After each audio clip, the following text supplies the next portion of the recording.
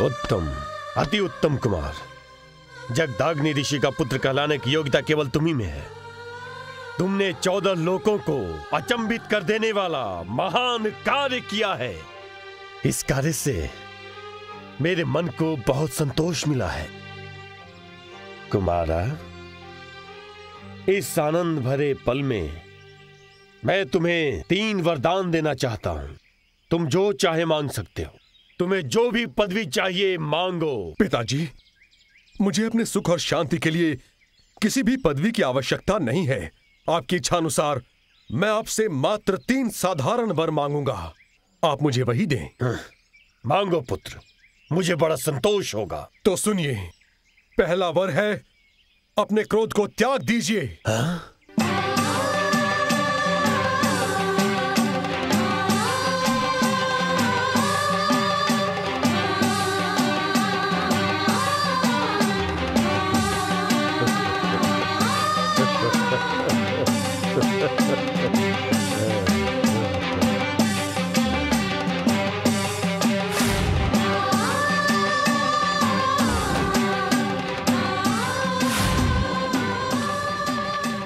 दूसरा वर है मेरे तीनों भाइयों को पुनः जीवित कर दीजिए।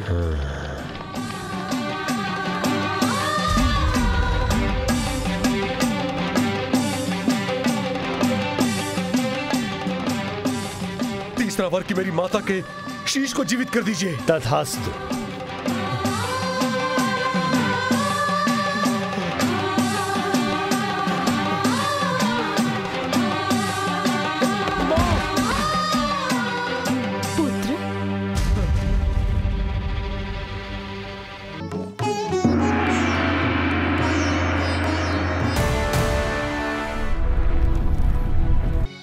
भूलोक में महर्षि जमदग्नि के आश्रम में एक दिन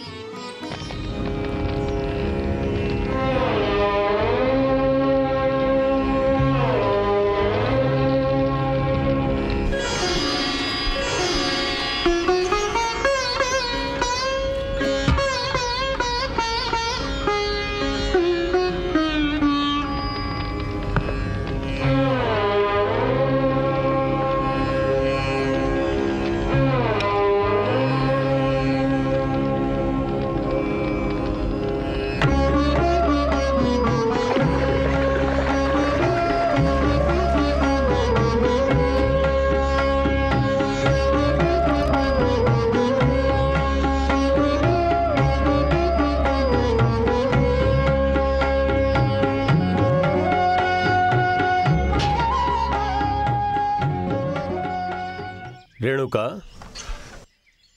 रेणुका। आए स्वामी।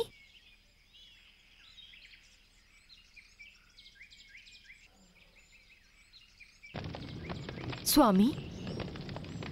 हाँ हाँ।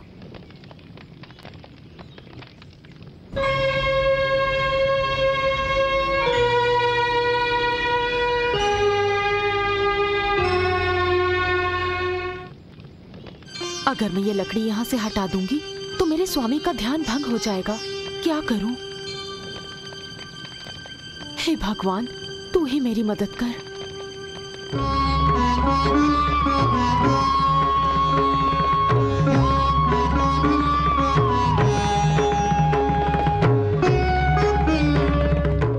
हे प्रिय, रति समान सुंदर ये स्त्री कौन है? इसके कार्य तो अति आश्चर्यजनक दिखाई देते हैं। प्रिय, वो स्त्री महर्षि जमदग्नि की धर्मपत्नी रेणुका देवी हैं, जो बड़ी पतिव्रता हैं। अर्थात मानव जाति में स्त्रियां सबसे पहले अपने पति को ही अपना भगवान मानती हैं। वो माँ महिमाशाली होती हैं। अगर उनका बस चले तो वो सूर्य की गति को और वायु की दिशा को बदल भी सकती हैं। सुंदर, अति सुंदर।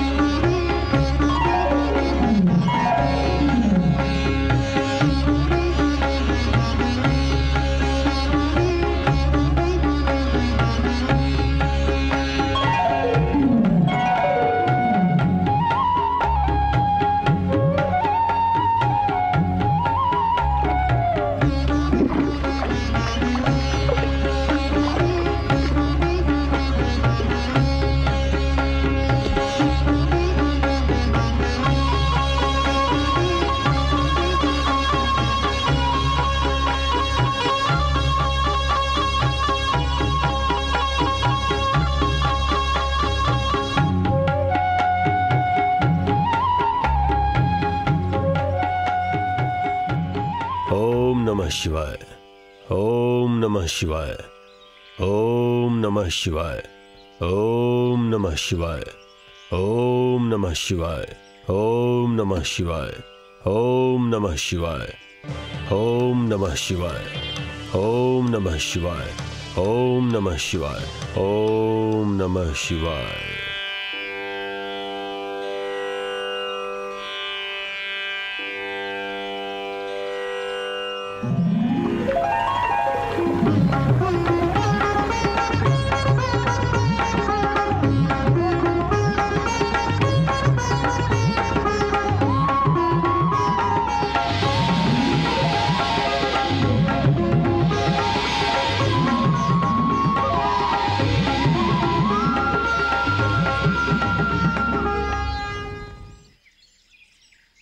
रेणुका, तुम राजघराने में पैदा हुई, राजकुमारियों से पली बढ़ी। तुम्हारी सेवा के लिए सैकड़ों दासियां हर पल उपस्थित रहती थी। इस आश्रमवासी का हाथ थामकर तुमने क्या सुख पाया रेणुका? आप जैसे धर्म के पुजारी का हाथ थामना तो मेरा अहोभाग्य है। रेणुका, बच्चे कहीं दिखाई नहीं दे रहे हैं?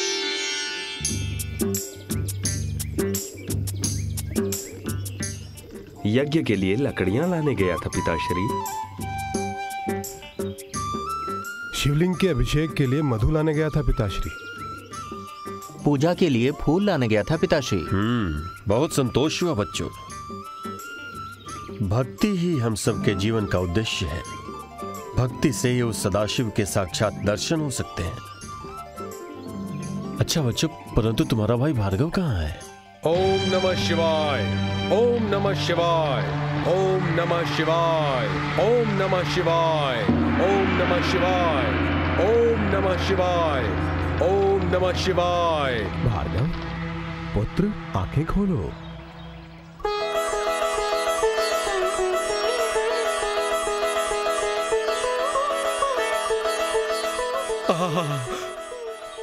परमेश्वर, परम ज्योति, आप मुझ पर प्रसन्न हुए प्रभु। मैं धन्य हुआ प्रभु। पुत्र भार्गव, तुम्हारी इस निश्चल और पावन भक्ति से प्रभावित होकर मैं सीधे कैलाश से इस पृथ्वी पर तुम्हारे पास चला आया। तुम्हारी श्रद्धा और भक्ति से मैं प्रसन्न हूँ पुत्र।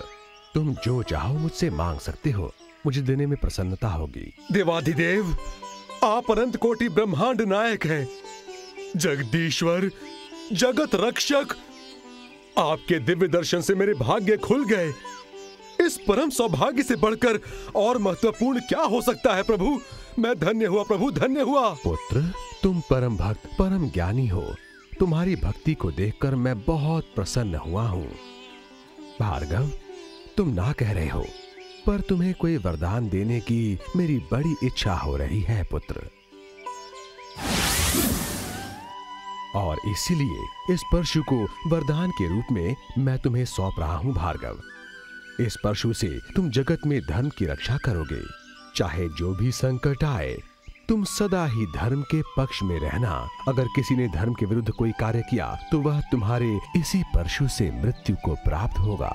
तुम्ही से इस लोक का कल्याण होगा। यह लोक तुम्हारे गुण गाएगा। मैं प्रसन्न हुआ प्रभु। क्या है ये? हाँ पिताजी, पिताजी ये सत्य है। भार्गव, भार्गव राम, मेरे प्यारे पुत्र, अनेक महाज्ञानी अनंत काल से अत्यंत भक्ति से उस भगवान की आराधना करते आए हैं, पर उन सभी को वह परम सौभाग्य प्राप्त नहीं हुआ जो सौभाग्य तुम्हें मिला है पुत्र। कुमार, तुम बड़े ही भाग्यवान हो और तुम जैसा पुत्र पाकर मैं भी भाग्यशाली हुआ।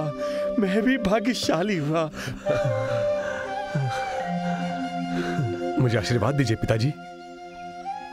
पुत्र, सर्वप्रथम तुम्हें अपनी देवी रूपी माता से आशीर्वाद लेना चाहिए। माता से बढ़कर इस संसार में और कोई नहीं है। तुम जैसे महाभक्त महासाधक सुपुत्र को पाकर ये महामाता धन्य धन्य हो गई, भाग्यशाली हो गई। आशीर्वाद दीजिए माताजी। सदा यशस्वी रहो पुत्र। मेरे मुंह से शब्द नहीं निकल रहे हैं पुत्र। भार्गव, उस परमेश्वर ने तुम्हें ये परशु सौंपा है मेरे पुत्र। अब से तुम इस लोक में परशुराम के नाम से प्रसिद्ध होगे। चिरंजीवी हो पुत्र।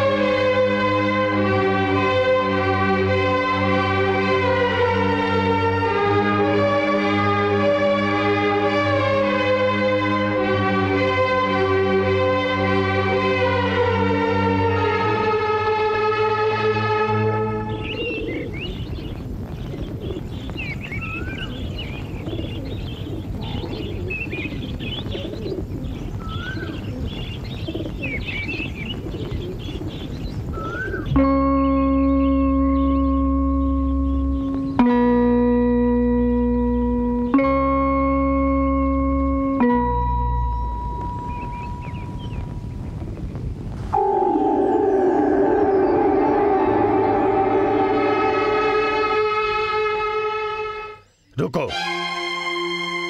एक कदम भी आगे मत बढ़ाना। स्वामी। छी, निर्लज्ज, तुमने पतिव्रता धर्म को भंग किया है। तुम्हें यदि थोड़ी सी भी लज्जा हो तो अपना मुख मुझे मत दिखाना। तुम यहाँ से चली जाओ। शांतम पापम, शांतम पापम। स्वामी, धर्म से, धन से, मन से मैंने आप ही को मेरा भगवान माना है प्रभु। किसी भी कारण मेरी पवित्रता धर्म का भंग नहीं हुआ है। आप मेरी बातों का विश्वास कीजिए। पापन, झूठ क्यों बोल रही हो? क्या उस गंधर्व प्रेमियों को देखकर तुम्हारा मन विचलित नहीं हुआ था? हाँ स्वामी, पता नहीं ये मेरे किस जन्म के पाप का फल है। उन्हें देखकर मेरा मन क्षण भर के लिए विचलित जरूर हुआ था स्वामी, लेकिन उस पल भी मेरे मन में आप ही बसे थे स्वामी। मैं आपके मन को चोट पहुंचाने वाली, आपकी कीर्ति और गौरव को भंग करने वाली पापन हूँ। दया कीजिए, इस पापन को क्षमा कीजिए स्वामी। क्षमा? तुम्हें अपने मन में पाप लेकर आई हो और इस आश्रम को कलंकित करना चाहती हो। तुम्हारे लिए इस आश्रम में कोई स्थान नहीं, चली जाओ। भगवान, एक पतिव्रता स्त्री के लिए उसके पति का घर ही सब कुछ होता है। पति के चरणों में ही उसका स्थान होता है स्वामी। उसे छोड़कर वो कहाँ जाएगी स्वामी? ये खोखली बातें मुझसे मत करो। ना केवल इस आश्रम में, मेरे मन में भी कोई स्थान नहीं रहा। स्वामी! निकल जाओ वरना मैं तुम्हें शाप दे दूंगा। पापन। स्वामी, स्वामी।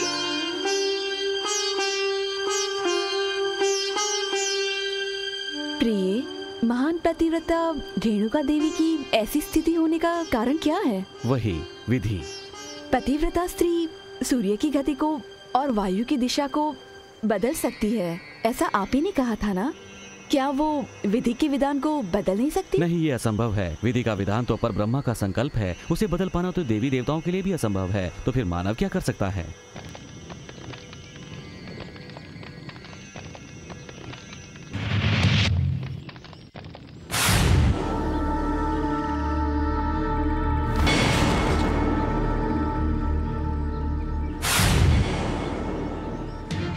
सुलोचना, सुलोचना। पिताश्री, आपने मुझे क्यों बुलाया? सुलोचना, तुम मेरे ज्येष्ठ पुत्र हो, मेरी प्रीत का प्रतीक हो। मैं तुम्हें कठिन काम सौंपना चाहता हूं, तुम कर सकोगे? निश्चिंत होकर बताइए पिताश्री। सत्यवचन। आपके चरणों की सौगंध खा के कहता हूं पिताश्री।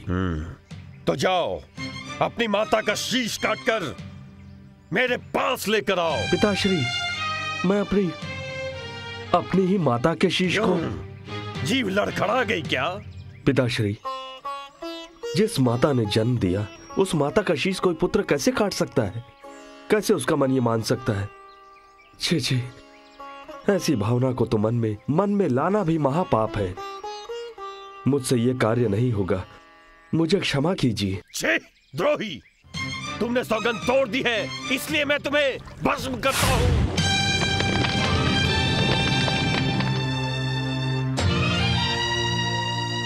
त्रिलोचना, कमल लोचना,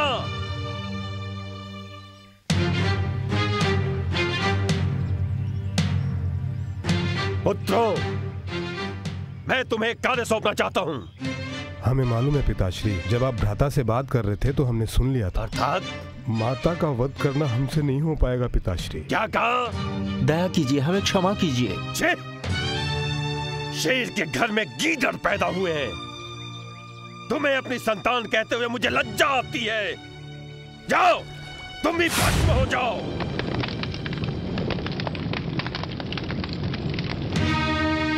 भार्गव, परशुरामा,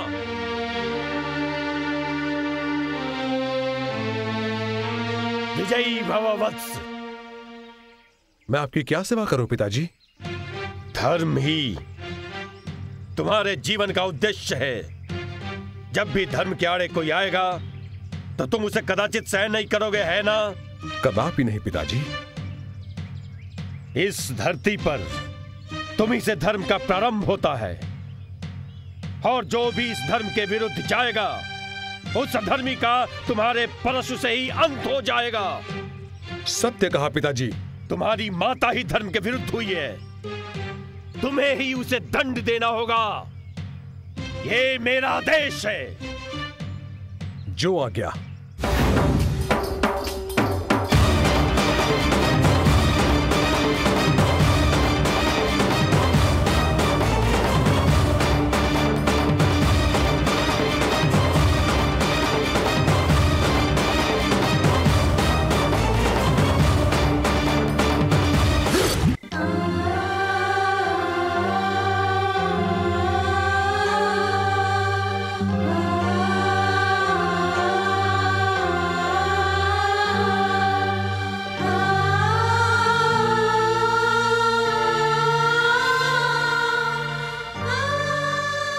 उत्तम, अति उत्तम कुमार।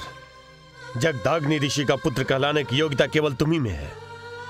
तुमने 14 लोकों को अचंभित कर देने वाला महान कार्य किया है। इस कार्य से मेरे मन को बहुत संतोष मिला है। कुमारा, इस आनंद भरे पल में मैं तुम्हें 3 वरदान देना चाहता हूं।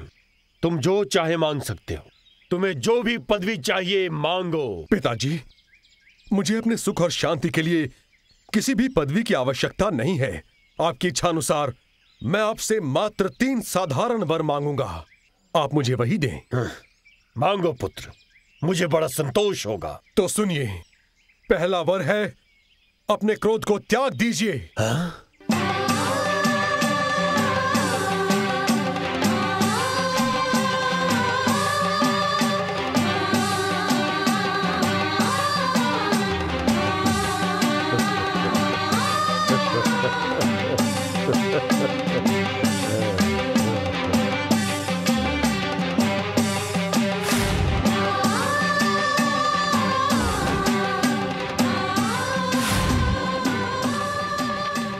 दूसरा वर है मेरे तीनों भाइयों को पुनः जीवित कर दीजिए।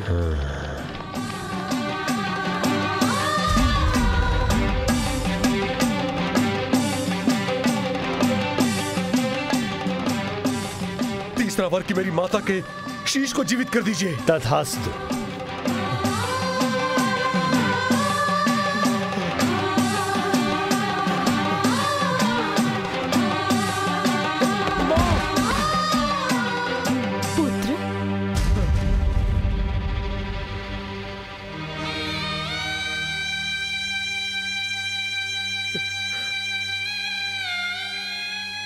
मैं सब देख रही हूँ पुत्र। अपनी माता से मिलने को मेरा पुत्र कितना कितना व्याकुल है। हे माँ, हे माँ, हे माँ। आओ पुत्र, मेरे पास आओ। भयभीत हो गए पुत्र? इस संसार में किसी भी शक्ति से भयभीत ना होने वाला मेरा पुत्र अपनी माता के शीश को देखकर भयभीत हो गया। तनिक ठहरो माँ, आपके शीश को मैं आपके शरीर से अभी जोड़ देता हूँ। नहीं पुत्र, ऐसा करना बेकार होगा। नहीं माँ, मुझे पिताजी से वर प्राप्त हुआ है। मैं जानती हूँ पुत्र, ये तुम्हारे ही वरदान का फल है। नहीं माँ, ये आप क्या कह रही हैं? यही सत्य है। तुमने अपने पिता से क्या वर मांगा था पुत्र? यही कि मेरी माता के शीश को जीवित कर दीजिए। तुमने अपनी माता के शीश को जीवित करने को कहा। शीश तो जीवित हो गया ना, और अब ये बोल भी रहा है। इसलिए कहती हूँ, अभी शीश को धड़ से जोड़ने का प्रयास बेकार है पुत्र। हे माँ, हे माँ, आपके पुत्र से ये कैसा घोर अनर्थ हो गया माँ। तीनों लोकों में महाज्ञानी आपका यह पुत्र, उससे कैसी मूर्खता हो गई माता, कैसी मूर्खता हो गई माता। मुझे क्षमा कर दो माँ, मुझे क्षमा कर दो। शोक न करो पुत्र, इसमें तुम्हारा कोई भी दोष नहीं है पुत्र। हाँ मेरे पुत्र, जो होना है वो होकर ही रहता है। पूरे ब्रह्मांड में उसे रोक पाना किसी भी महान शक्ति के बस में नहीं है। हे माँ, ये सब मेरी मूर्खता का परिणाम है। इसका कारण मैं हूँ माता। इसका कारण तुम नहीं हो, ये सब तो विधि का विधान है।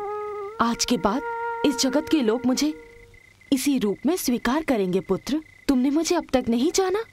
मैं इस संसार के उद्धार के लिए ही आई हूँ। मैं ही महाशक्ति हूँ, मैं ही महामाया हूँ।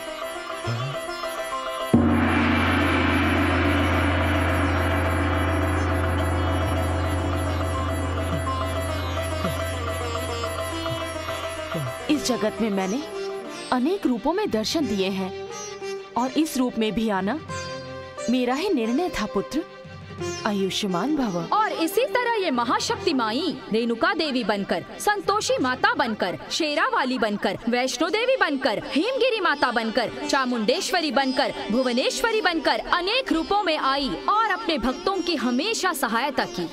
युगों युगों से इस संसार को अपने शक्तियों से चलाने वाली वो आदि शक्ति ही सबका मूल आधार है। नित्य और सत्य की मूरत, परम ज्योति की सूरत, ब्रह्मांड के हर एक लोक में वो आदि शक्ति ही हर जगह छाई हुई है। उन्हीं की कृपा है, सृष्टि के हर निर्माण में माँ का निवास है। उनकी महिमा अपरंपार है। जो व्यक्ति माँ भवानी को श्रद्धा से पूजता है, उसके सारे पापों को क्षमा कर अपनी दया दृष्टि से उन्हें पावन और साकार कर देती है माता। इसका अर्थ है माता हमको हमेशा अपने आशीर्वाद से परिपूर्ण कर देती है। लेकिन उस आशीर्वाद को पाने के लिए हमें बस एक ही चीज की जरूरत होती है, और वो है भरोसा। उस माता पर भरोसा रखो और सुखमयी जीवन पाओ।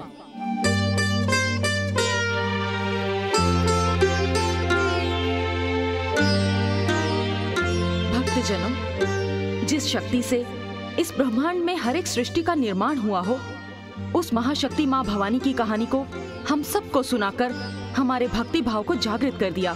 कीर्तन रत्न श्रीमती शोभा नायडू जी को मेरी माँ की तरफ से, मेरे पिता की तरफ से, आप सब की तरफ से ये फूलों का हार इन्हें अर्पित करती हूँ।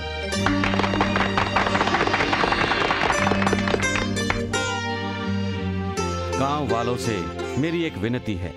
हर मुसीबत में इस गांव को संभालने वाली, इस गांव के हर कार्य का निर्माण करने वाली हमारे पंचायत की अध्यक्ष, हम सब की दीदी राजेश्वरी दीदी को हम सब की तरफ से ये फूलों की माला पहनाकर मैं उनका सम्मान करना चाहता हूँ।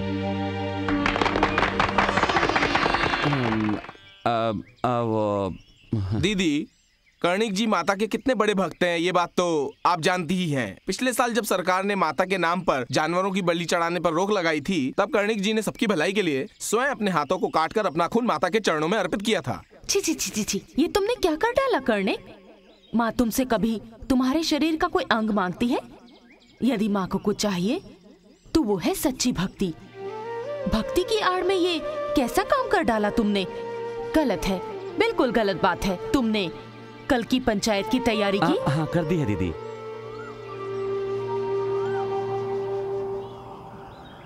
दीदी को प्रणाम। दीदी आ गई। दीदी को प्रणाम। नमस्ते दीदी। नमस्कार दीदी। नमस्ते दीदी। नमस्ते नमस्ते।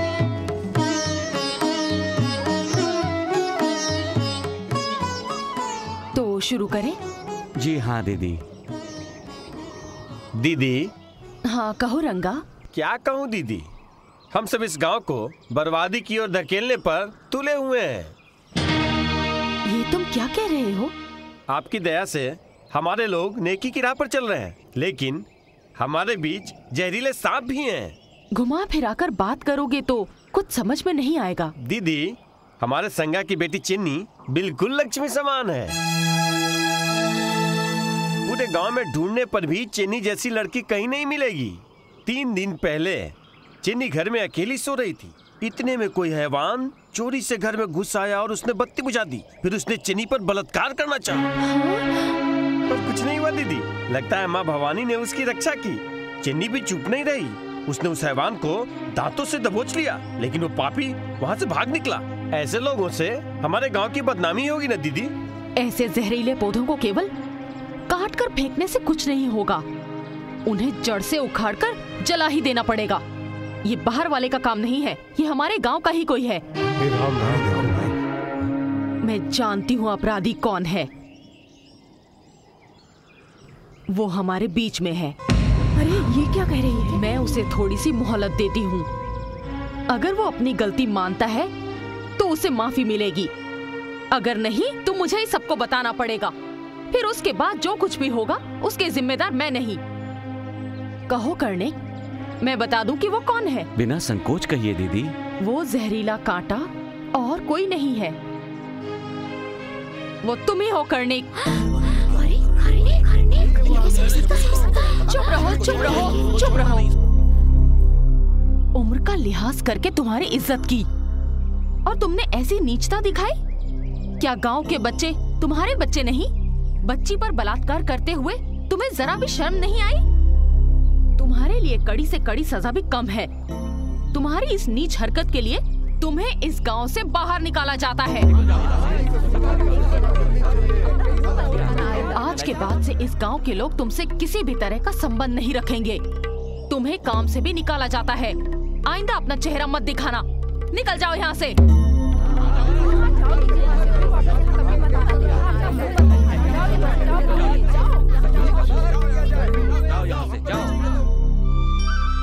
जेनी, जीवन में कई संकट आते हैं, लेकिन डरना मत, डटकर उनका सामना करना। आज के बाद से तुम्हारी देखभाल मैं करूंगी, ठीक है ना? रंगा भैया, अब चले? जी दीदी।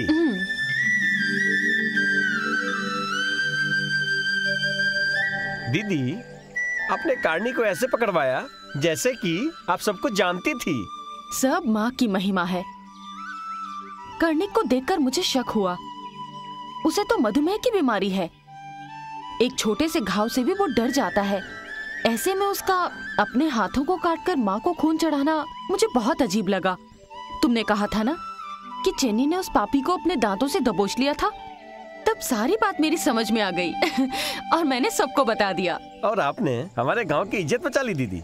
वैसे दीदी, पंचायत में गांव के सभी लोग आते हैं, पर वो फोटोग्राफर नारायण क्यों नहीं आता दीदी? उससे मैं बात करूंगी, जरूर कोई परेशानी होगी। परेशानी परेशानी परेशानी, इस मनहूस संसार में जब देखो पैसों की परेशानी लगी रहती है। ओफो, ये परेशानी परेशानी की क्या रट लगा रखी है। ये लीजिए माँ भवानी का प्रसाद, सब ठीक हो जाएगा। हाँ हो रहा है, सब ठीक ही तो हो रहा है। अब कौन सी मुसीबत आन पड़ी, बताइए। तुम चुप रहो माँ, बेचारी, उनकी परेशानी तुम नहीं समझोगी। 3 महीने से स्टूडियो और घर का किराया नहीं चुकाया है। अब मकान मालिक आएगा और सबके सामने हमें बेइज्जत करेगा। कहाँ से आएंगे पैसे, सोचा है तुमने? ये बात है।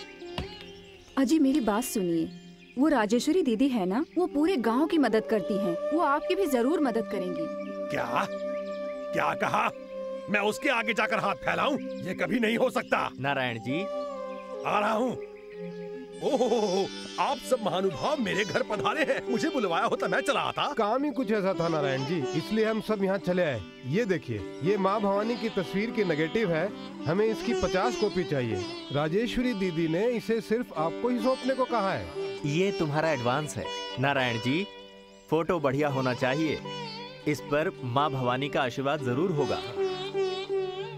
ठीक है, हम कब आ सकते हैं? 3 दिन के बाद आ जाइए, तस्वीरें तैयार मिलेंगी। नमस्कार।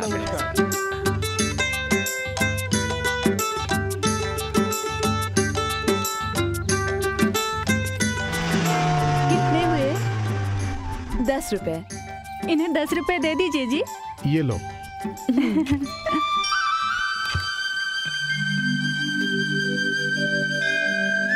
दीदी। ओह चेनी, कैसी हो तुम? अच्छी हूँ दीदी। जो भी हुआ उसे एक बुरा सपना समझकर भूल जाओ, उसे मन में रखकर दुखी मत होना। काम तो ठीक है ना? हाँ, अच्छा चल रहा है। दीदी आप परेशान लग रही है, आजकल आप मंदिर भी नहीं आती हैं। क्या बताऊं चेन्नी, माँ की तबीयत आजकल ठीक नहीं रहती। वो कुछ खाती पीती ही नहीं, इस वजह से मैं बहुत ही परेशान रहती हूँ। तो फिर आपने डॉक्टर को दिखाया कि नहीं? हाँ दिखाया तो है, उन्होंने दवाई भी दी है, फिर भी उनकी हालत वैसी ही है। अच्छा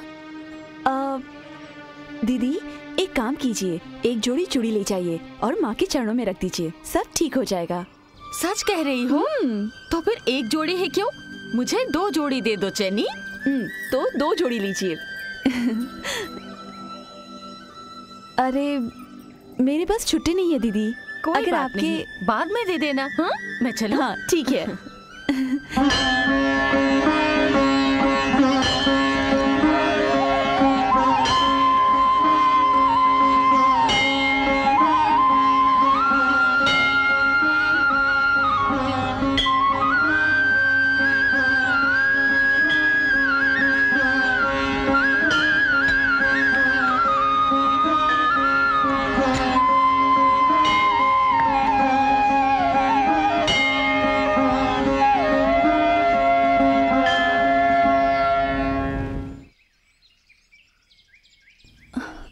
दीदी दीदी। कौन? चेनी आओ ना, इतनी कड़कती धूप में क्यों आई हो? दीदी आप छुट्टी पैसे लेने आई ही नहीं, इसलिए मैं खुद लौटाने आई हूँ। अरे बाप रे, छुट्टे लौटाने आई हो? तुम कल लौटा सकती थी। तुम्हारी दी हुई चूड़ियाँ मैं माँ के चरणों में चढ़ाकर जब घर लौटी तो मैंने देखा माँ बिल्कुल ठीक थी। सच? आपकी माँ कहाँ है? वो देखो। हाँ, हे भगवान बचाओ। चेनी आओ, यहाँ आओ, घबराओ मत, आओ घबराओ मत। दीदी मैंने सोचा कि आप अपनी माँ यानी बड़ी माँ के बारे में कह रही है। उस माँ ने मुझे जन्म दिया और ये मुझे जीवन देने वाली माँ भवानी है। आओ। मुझे बहुत डर लग रहा है। ठहरो। माँ, चेनी तुम्हें देखकर बहुत डर गई है, उससे कह दो कि नुकसान नहीं पहुँचाओगी।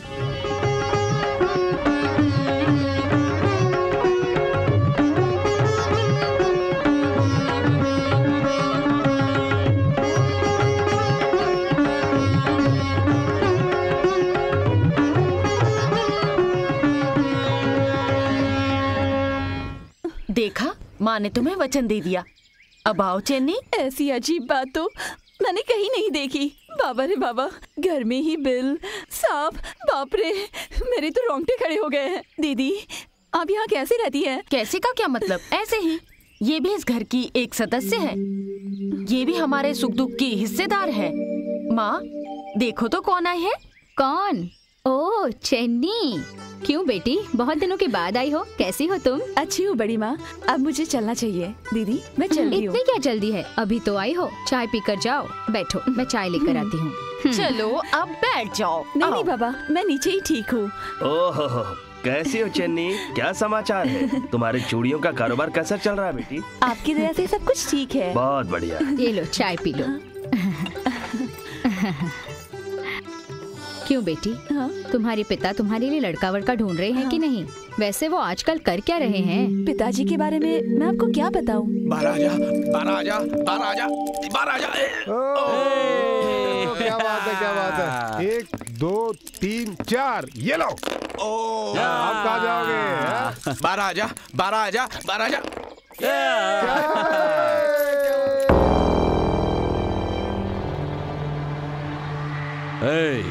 मुझसे पंगा लोगे तो पछताओगे। पैसा लाया है क्या? पैसे? कैसे पैसे? पिछले पैसे। वो तो मैंने पहले ही लौटा दिए थे। वो तो सूद था, असल नहीं। वो मैंने वो नहीं दिए। संगा, तू गरीब है इसीलिए हमारे गुरु ने तुझ पर दया दिखाई थी। चल चुपचाप पैसे लौटा। नहीं दूंगा मैं ये। नहीं। पैसे मांगते वक्त शर्म नहीं आई? आप लौटाने के वक्त होशियारी दिखा रहा है क्या?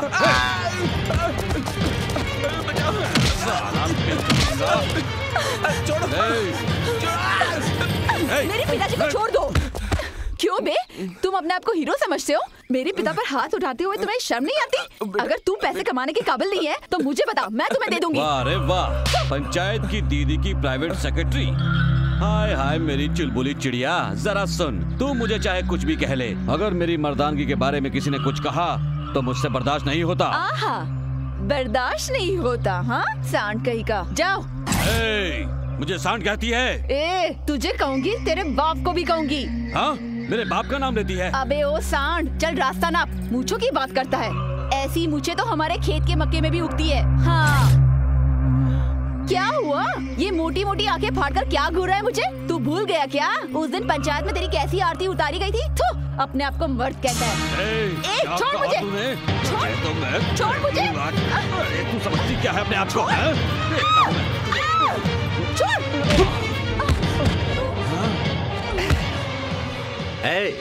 भूल गया किस तरह तेरी हजामत की थी मैंने? हैं? इतनी जल्दी भूल गया तू?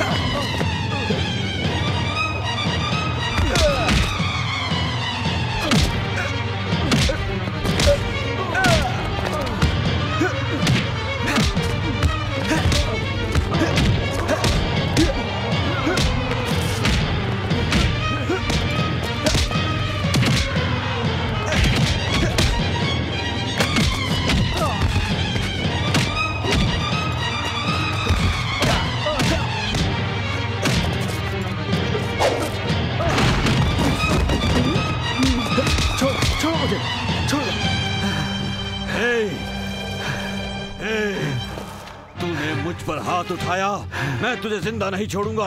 हाँ, देख लेना क्या कर लेगा तू। देख लूंगा मैं। छोड़ो मुझे। है नजुंडा, तेरी मौत मेरे ही हाथों से होगी।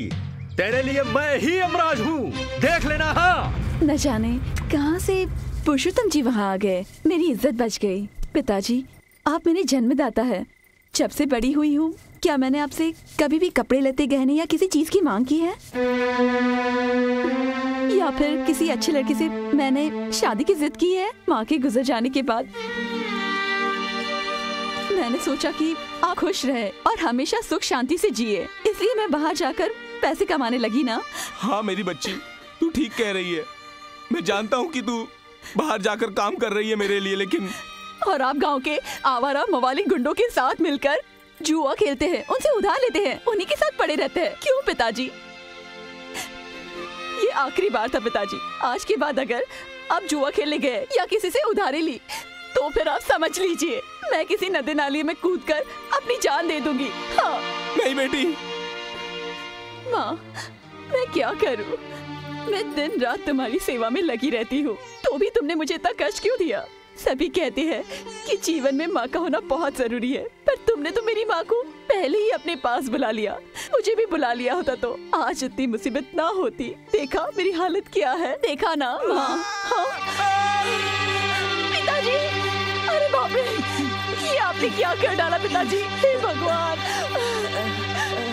मैं पापी हूँ मेरी बच्ची, बड़ा पापी हूँ मैं।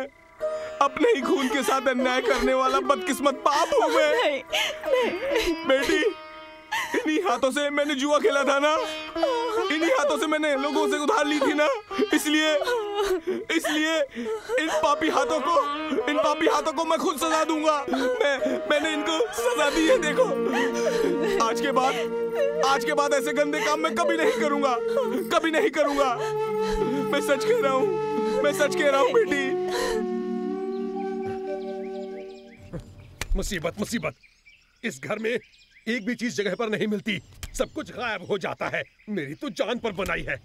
अब कौन सी मुसीबत आ गई? अरे सुनो, मंदिर के लोग उस दिन माँ की तस्वीर की नेगेटिव लेकर आए थे ना, वो नेगेटिव कहीं नहीं मिल रही है। ओहो, वो नेगेटिव उस राजेश्वरी दीदी की तरफ से आई थी, तुम जानती हो ना। उस दीदी को पहले ही मुझसे सख्त नफरत है। इसके बारे में उससे पता चला तो वो आकाश पाताल एक कर देगी।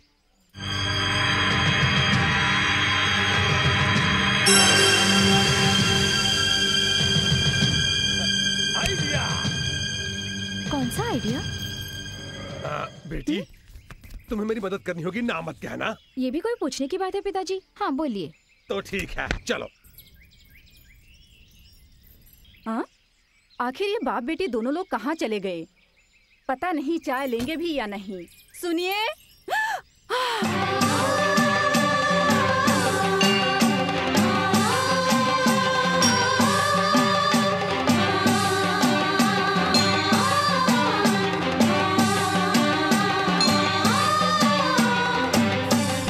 आपकी बुद्धि भ्रष्ट हो गई है क्या? बेटे की ऐसे वेश में तस्वीर खींच रहे हैं, जरूर कोई मुसीबत आने वाली है।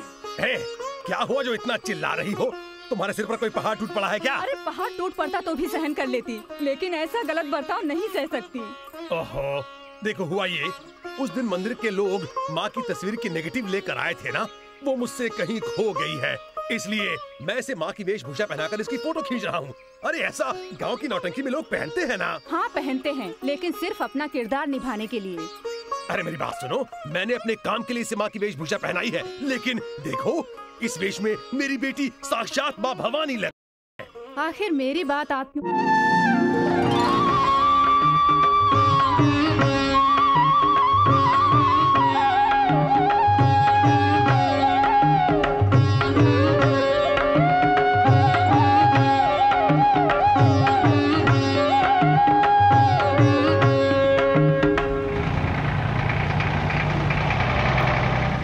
ये कौन है जी? हमारा बेटा पुरुषोत्तम। उसने अपनी खुद की जमीन पर घर बनाया है, वो यहाँ अक्सर आता है। पिताजी, आओ बेटे, आओ बेटा।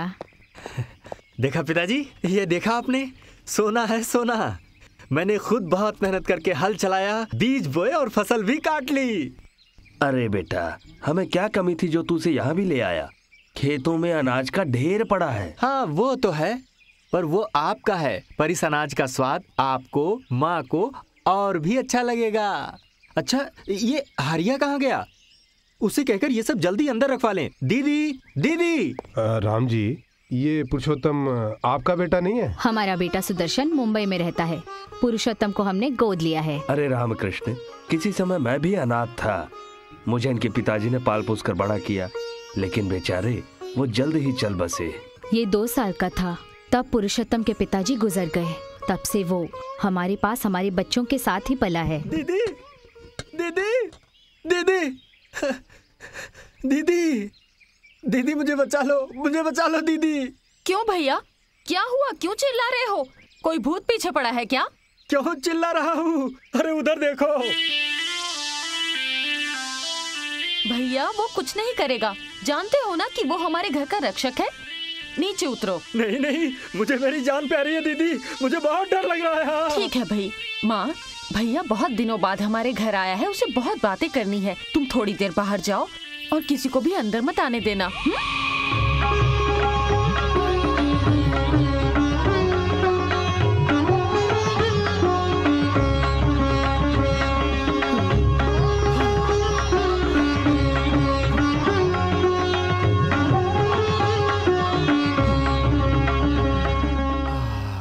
हे भगवान, अरे दीदी, इस गांव में आपका कितना बड़ा मकान है, फिर ये बिल, ये सांप, ये सब क्या है?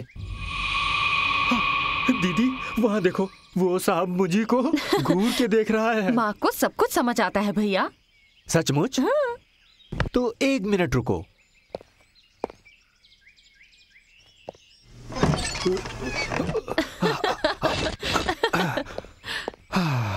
सचमुच, अब जाकर मुझे तसल्ली अरे हुई। भैया तुम क्यों घबरा रहे हो? मैंने कहा ना कि माँ कुछ नहीं करेंगी। हाँ, उनके करने के बाद हम कुछ नहीं कर पाएंगे। वो कुछ भी नहीं करेंगी, जो कहोगे बस वही करेंगी। दीदी, मैंने दरवाजा बंद कर दिया है, अब तुम उसे यहाँ बुलाओ। बुलाऊं? हाँ। हाँ? माँ, माँ। हाँ?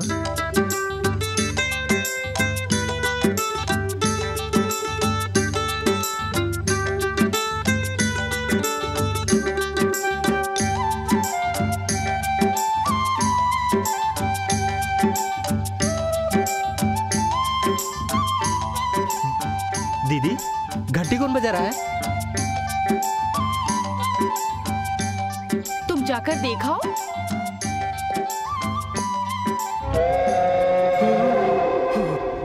दीदी, दीदी, वो साहब वहाँ पे घंटी बजा रहा है। मैं तुम्हें एक और चमत्कार दिखाती हूँ। ये अंगूठी तुम्हारी जेब में रखती हूँ।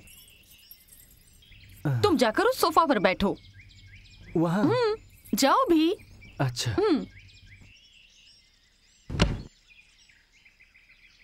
माँ, मेरी अंगूठी कहीं खो गई, जरा ढूंढ दोगी?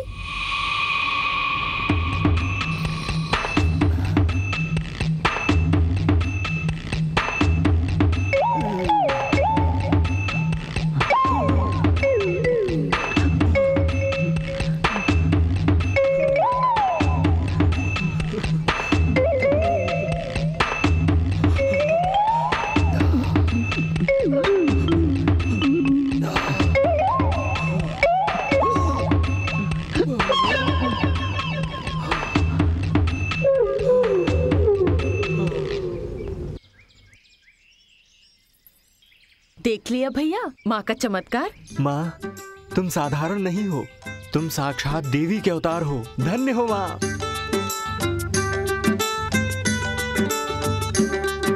माँ, मेरी दीदी को संसार के सारे सुख देना और उसकी रक्षा करना। भैया, तुम में श्रद्धा और भक्ति तो है, पर तुम्हारे बारे में कुछ ऐसी वैसी बातें मेरे कानों में पड़ी हैं भैया, और इसी वजह से मुझे बहुत दुख पहुंचा है। दीदी, मैं जानता हूं तुम क्या कह रही हो। तुम चाहती हो मैं शराब छोड़ दूं। मैं आपको दुख नहीं पहुंचाना चाहता। आज के बाद मैं शराब नहीं पीऊंगा। आपकी सौगंध दीदी, मैं कभी नहीं शराब पीऊंगा। बस इतना कर लो तो एक राजकुमारी जैसी लड़की ढूंढकर तेरी शादी कर दूं। मेरी लाइन क्लियर कहाँ, पहले सुदर्शन भैया की शादी होगी।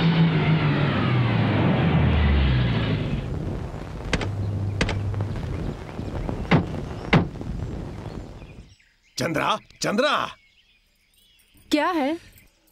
देखा राजेश्वरी दीदी को? मैं पंचायत में शामिल नहीं हुआ ना, इसलिए वो मेरी खोज खबर लेने आई है। पूरे गांव में ढिंढोरा पीटना के वो कितनी बड़ी लीडर है। यहाँ आए तो कहना मैं घर में नहीं हूँ। आइए, अंदर आइए। आप हमारे घर आइए, हमारा सौभाग्य है। आइए। बैठिए ना। आप भी बैठिए ना। नहीं, ठीक है। आप शायद पंचायत की बात करने आई हैं ना? पंचायत के बारे में नहीं, बल्कि पंचांग के बारे में बात करनी है। क्या मतलब? मैं कुछ समझी नहीं। चंद्रा बहन, अपनी जवान लड़की को आप कब तक घर में बिठाए रखेंगी? उस बोझ को हल्का करने ही हम यहाँ पर आए हैं। मैं अब तक आपकी बात का मतलब नहीं समझी। आप अब तक नहीं समझी? मैं अपने भाई के लिए आपकी बेटी का हाथ यहाँ मांगने आई हूँ। जरा रुकिए, मैं उन्हें बुला कर लाती हूँ। सुनिए जी। हाँ हाँ, मैंने सब कुछ सुन लिया है। अरे तुम्हें को समझ में आता है कि नहीं? इन बड़े लोगों से रिश्ता जोड़ना बहुत खतरनाक होता है। ये लोग बाहर से कुछ होते हैं, अंदर से कुछ होते हैं। मुझे ये रिश्ता बिल्कुल मंजूर नहीं है। आप जरा सोचिए, अगर हम रिश्ता ढूंढने जाएंगे तो दहेज, पैसे, गहने जैसी कितनी उलझने आएंगी। पर ये रिश्ता सामने से आया है, इसे ठुकराना मूर्खता होगी। माँ पर भरोसा रखिए और हाँ कह दीजिए। चलिए चलिए ना, चलिए।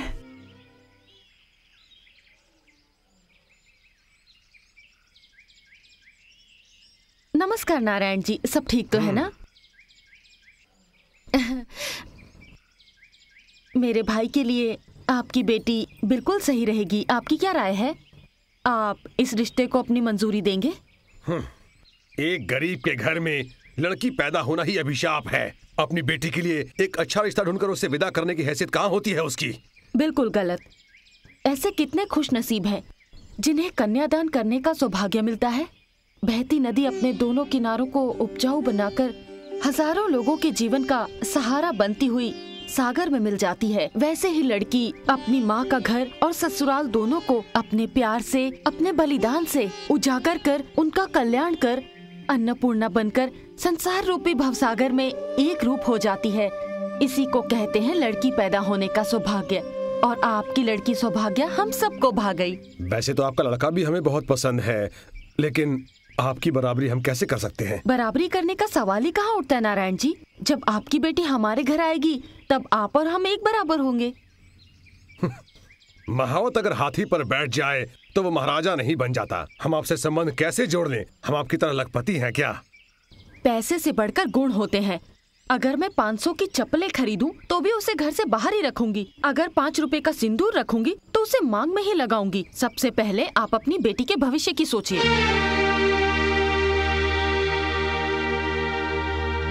अब और क्या सोचना, दीदी ने कह दिया तो फिर बात खत्म। सुप्रीम कोर्ट के फैसले की तरह। लड़की को बुलाइए। तो क्या यही वो लड़का है? नहीं नहीं, मैं वो लड़का नहीं हूँ, वो मेरे भाई हैं। मैं तो सिर्फ लड़की को देखने आया हूँ। पर लड़के लड़की को एक दूसरे से एक बार मिलना नहीं चाहिए क्या? लड़का मुंबई में है, मैं उसकी फोटो लेकर आई हूँ। लेकिन उसे खुद आकर एक बार लड़की को जरूर देख लेना चाहिए। बाद में अगर उसे लड़की पसंद नहीं आई या कमियां नजर आने लगी तो? नहीं नहीं, आप चिंता मत कीजिए, मेरी बात को वो कभी भी नहीं टाल सकता। सौभाग्य को बुलाइए ना। हाँ सौभाग्य, यहाँ आओ बेटी।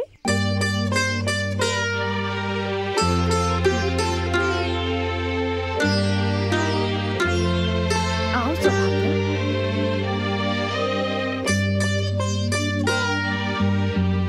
आओ बैठो। तुम बहुत ही प्यारी हो, महालक्ष्मी की तरह। हमारा सुदर्शन बड़ा नसीब वाला है ना भैया? हाँ, मेरी भाभी में मुझे जो गुण चाहिए वो सब इनमें है। तो आप क्या कहते हैं नारायण जी? अब उनको क्या कहना है, बस वो हाँ कहेंगे।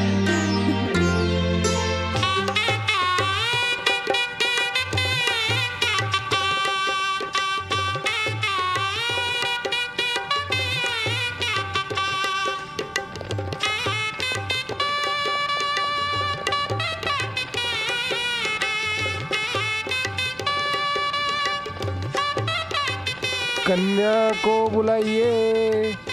जाओ तुम लोग सौभाग्य को लेकर आओ। भैया कैसी लग रही है भाभी? इन्हें मैंने चुना है। हाँ।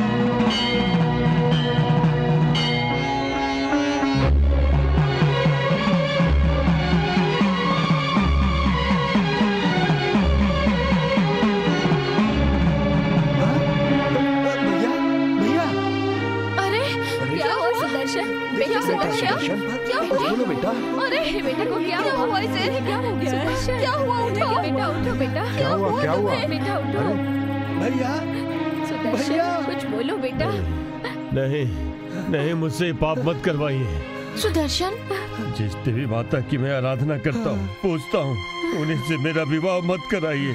मेरा विवाह मत कराइए। क्या कह रहे हो? क्या कह रहा है? क्या पागलों जैसी बातें कर रहा है तू? मैं सच कह रहा हूँ माँ, मैं पागल नहीं हूँ माँ। ये साधारण लड़की नहीं है, साक्षात माँ भवानी है। माँ भवानी? और आप सब मिलकर मेरा इससे विवाह कराना चाहते हैं? ये क्या न्याय है? बकवास बंद। जो मुंह में आया बोलता चला जा रहा है। एक मासूम लड़की की भावनाओं के साथ जो तू कर रहा है, क्या वो न्याय है? पिताजी, मैं आपको कैसे समझाऊं, मेरी समझ में नहीं आ रहा है। एक मिनट।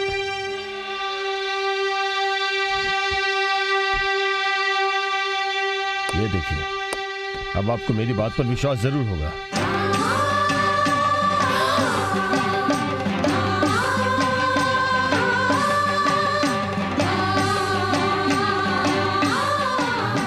मैंने दिलो दिमाग से जिन्हें अब तक अपना भगवान माना है, उनको पत्नी कैसे मानूं? कहो दीदी, बताइए पिताजी। मैं बताता हूं। इतने दिन जिस राज को मैंने छुपाए रखा था, उसे मैं आप सबको आज बता देना चाहता हूं। एक दिन मंदिर के लोग मां की तस्वीर की नेगेटिव लेकर आए और मुझे कॉपियां बनाने के लिए कहा, लेकिन बदकिस्मती से वो नेगेटिव मुझसे कहीं खो गई। मैंने बहुत खोजा पर नहीं मिली। मैं परेशान था कि उन लोगों से मैं क्या कहूंगा। तब मैंने अपनी बेटी को मां की वेशभूषा पहनाई और उसकी तस्वीर उतारी। वो तस्वीर जगह जगह बहुत बिकने भी लगी। आप लोग जो सोच रहे हैं वो माता की तस्वीर है ही नहीं, मेरी बेटी की तस्वीर है, और यही सच है। देखिए, आप मुझे क्षमा कर दीजिए। मेरी बेटी का हाथ थामकर उसकी जिंदगी आबाद कर दीजिए। आप चाहे जो भी कहिए नारायण जी, जिसे मैं माँ भवानी मानकर पूजा करता था, उनसे शादी करना नामुमकिन है। रुक जाइए। देखिए, ऐसा मत कहिए। आप इससे विवाह नहीं करेंगे तो इसकी जिंदगी बर्बाद हो जाएगी। मैं आपके पैर पड़ता हूँ, दया कीजिए, उसका हाथ थाम लीजिए। मुझे माफ दामाद जी, आप ऐसा करेंगे तो हमारी इज्जत मिट्टी में मिल जाएगी। हम कहीं के नहीं रहेंगे। दामाद जी, दामाद जी।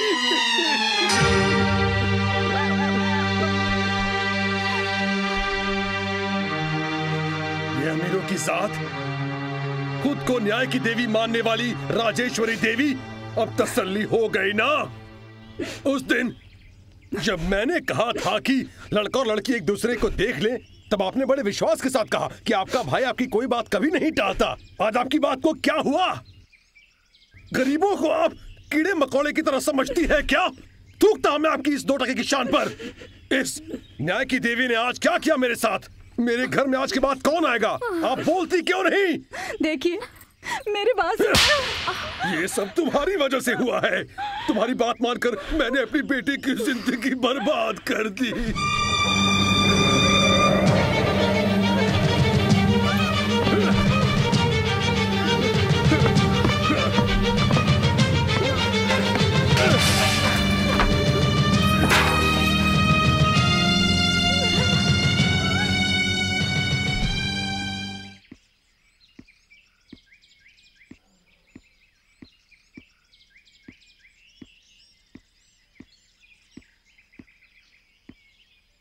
रुक जाओ। दीदी, मुझे दीदी कह के मत पुकारो। तुम्हारे लिए तुम्हारी दीदी मर चुकी है। मैं तुम्हारी दीदी नहीं और तुम मेरे भाई नहीं। दीदी, मैं अगर तुझे अपनी बहन से थोड़ा सा भी प्यार होता तो पूरे गांव के सामने मेरी मान मर्यादा पर कीचड़ ना उछालता। तू मुझे अपना चेहरा मत दिखाना, निकल जा यहाँ से। राजेश्वरी, तुम इसके साथ ऐसे क्यों पेश आ रही हो? माँ, तुम अपने बेटे की तरफदारी मत करो। शादी इसलिए नहीं की क्योंकि वो उसे देवी माँ समझ बैठा है। इसमें उसकी क्या गलती? क्या गलती है? अगर यही बात मेरे साथ होती तो अब आपको समझ में आता। उसने एक लड़की के भविष्य को हमेशा हमेशा के लिए बर्बाद कर दिया है। क्या ये गलत नहीं? मैं पंचायत अध्यक्ष न्याय करती हूँ और मेरे ही घर में अन्याय हो रहा है। ये सही है क्या? न्याय तो सबके साथ एक समान होना चाहिए, यही धर्म है। ये बातें हम बाद में करेंगे। सुदर्शन, अपने कमरे में जा। नहीं, वो इस घर में एक पल के लिए भी नहीं रहेगा। इस घर में या तो वो रहेगा या फिर आपकी बेटी रहेगी। आपको दोनों में से किसी एक को चुनना होगा। माँ, आप लोगों को मेरे कारण झगड़ने की जरूरत नहीं। दीदी एक औरत है, इसे चौकट लागने की जरूरत नहीं। और दीदी भी कुछ गलत नहीं कह रही है। मैं ही चला जाता हूँ माँ। सुदर्शन, जिस दिन दीदी मुझे घर लौटने को कहेगी, मैं तभी आऊंगा। चलता हूँ माँ, चलता हूँ पिताजी।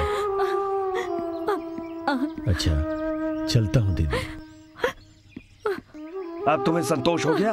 जाओ खुशियां मनाओ। अगर तुम शादीशुदा होती और अपने बच्चे होते तो औलाद से बिछड़ने का दुख समझती। माँ, तुमने सुन लिया ना माँ? तुझे ही अपना सब कुछ मानकर हमेशा तुझे पूछती रही, देखो क्या इल्जाम लगा दिया मुझ पर। इस घर को बनाते वक्त सभी तुम्हारे बिल को तोड़ने आए थे। उस वक्त मैंने तुम्हें बचाया था और तब से तुम्हें अपना भगवान मानकर तुम्हारी पूजा करती आई हूँ। और अगर मैं शादी करती तो वो लोग तुम्हें बाहर निकाल देते। ये सोचकर मैंने शादी नहीं की, अपना सारा सुख तुम पर अर्पित कर दिया। सुना माँ तुमने, मेरी शादी नहीं हुई है, मेरे कोई बाल बच्चे नहीं हैं। मैं औलाद से बिछड़ने का दुख नहीं जानती, क्योंकि मेरी अपनी कोई औलाद नहीं। कोई कुछ भी कहे पर मुझ पर विश्वास करो माँ, तू मेरी माँ है और मैं तेरी संतान हूँ। मैं तेरी संतान हूँ माँ, मैं तेरी संतान। से अवश्य अपराध हुआ है। इस जगत के कल्याण के लिए आई वो माता किसी के साथ अन्याय नहीं करती। यदि किसी के साथ अन्याय हुआ है तो वो माता है, वो भी तुम लोगों के कारण। अन्याय? वो भी हमसे? हाँ बेटी, हमारे जीवन में बहुत कष्ट आए हैं माँ, हमें इनसे मुक्ति दे दो। हम तुम्हें ये अर्पित करेंगे, वो अर्पित करेंगे, ऐसी मन्नत मांगते हो और बाद में सब कुछ भूल ही जाते हो। मन्नत? मैंने कब मांगी थी मन्नत? माँ, जगत माते, मेरी शादी को 8 साल बीत गए हैं, लेकिन आज तक मुझे प्यार से माँ कहकर पुकारने वाला कोई नहीं है। और इसलिए मेरी सास, ननद, ससुर और मेरे पति भी मुझे दिन रात कोसते रहते हैं, ताना मारते रहते हैं। माँ, इसलिए एक औलाद मेरी गोद में डाल दो, मुझे इस कष्ट से बाहर निकालो। जिस दिन मेरी अपनी औलाद होगी, मैं वचन देती हूँ माता कि उस बच्चे को तुम्हारे चरणों में अर्पित कर दूंगी माता, उसे तुम्हारे हवाले कर दूंगी। मेरी ये मन्नत पूरी करो माँ, पूरी करो। हाँ माँ, मैंने तुम्हारे साथ अन्याय किया है माँ। माँ, माता, तुमने स्वयं मेरे सामने प्रकट होकर मेरी आंखें खोल दी। मैंने तुम्हें वचन दिया था, जिसे तोड़कर मैंने अन्याय किया है। वचन पूरा करूंगी मैं।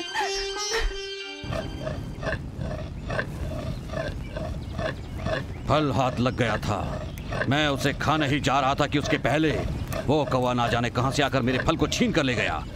अपने आप को गांव का रखवाला समझता है, अनाथ कहीं का। हे पुरुषोत्तम, अगर मैंने तेरा जीना हराम नहीं किया तो मैं भी अपने बाप की औलाद नहीं। जरा सोचो, तुम पर हाथ उठाने की आखिर उसने हिम्मत कैसे की? वो है ना वही जो अपने आप को गांव की हीरोइन समझती है, उसकी दीदी, जिसने गांव की पंचायत के सामने मेरी इज्जत उतारी थी। नारायण जी, मैं उसके घमंड को चूर चूर कर दूंगा। इसमें मेरी जान भी चले जाए तो मुझे परवाह नहीं, मैं उसकी जान लेकर ही रहूंगा। हाँ, शाबाश नंजुंडा, शाबाश। लाओ, हाथ बढ़ाओ। अब इसमें मैं भी तुम्हारे साथ हूं। मुझे इसी मौके का इंतजार था। फूलों सी नाजुक मेरी मासूम बच्ची को उसने एक ही पल में कुचल दिया, उसे बर्बाद कर दिया। तुम्हें उससे जितनी नफरत है, उससे कई गुना नफरत मेरे सीने में एक ज्वालामुखी की तरह धधक रही है।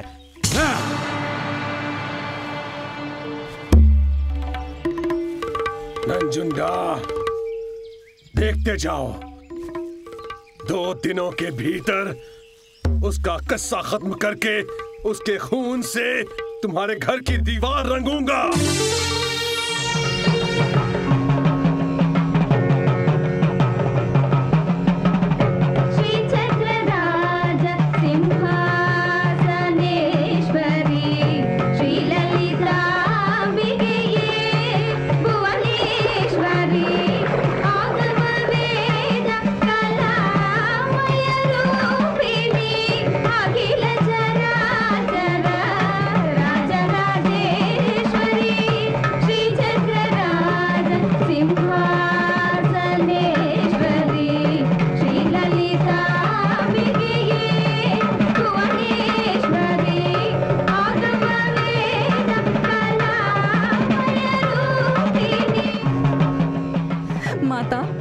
अब मैं इसकी माँ नहीं हूँ, आज से तुम इसकी माँ हो।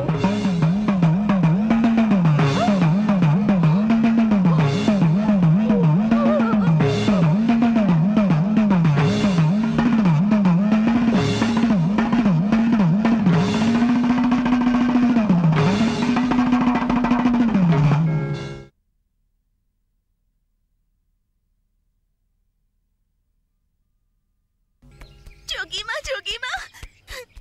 तुम क्यों रो रही हो बच्ची? मेरे माता पिता दोनों चेचक का शिकार हो गए हैं। सबका कहना है कि वो दोनों बच नहीं पाएंगे। मैं तुम्हारे हाथ जोड़ती हूँ जोगी माँ, तुम भगवान हो, मेरे माता पिता को बचा लो जोगी माँ, मैं तुम्हारे हाथ जोड़ती हूँ। मैं कोई भगवान नहीं हूँ, मैं तो उस माँ की बेटी हूँ बस। गांव भर में चेचक की बीमारी फैली हुई है, लेकिन डरने की कोई बात नहीं। इन नीम की पत्तियों को उनके सिर के नीचे रख दो, इस तीर्थ को उन्हें पिला दो। माँ भवानी सबका कल्याण करेगी।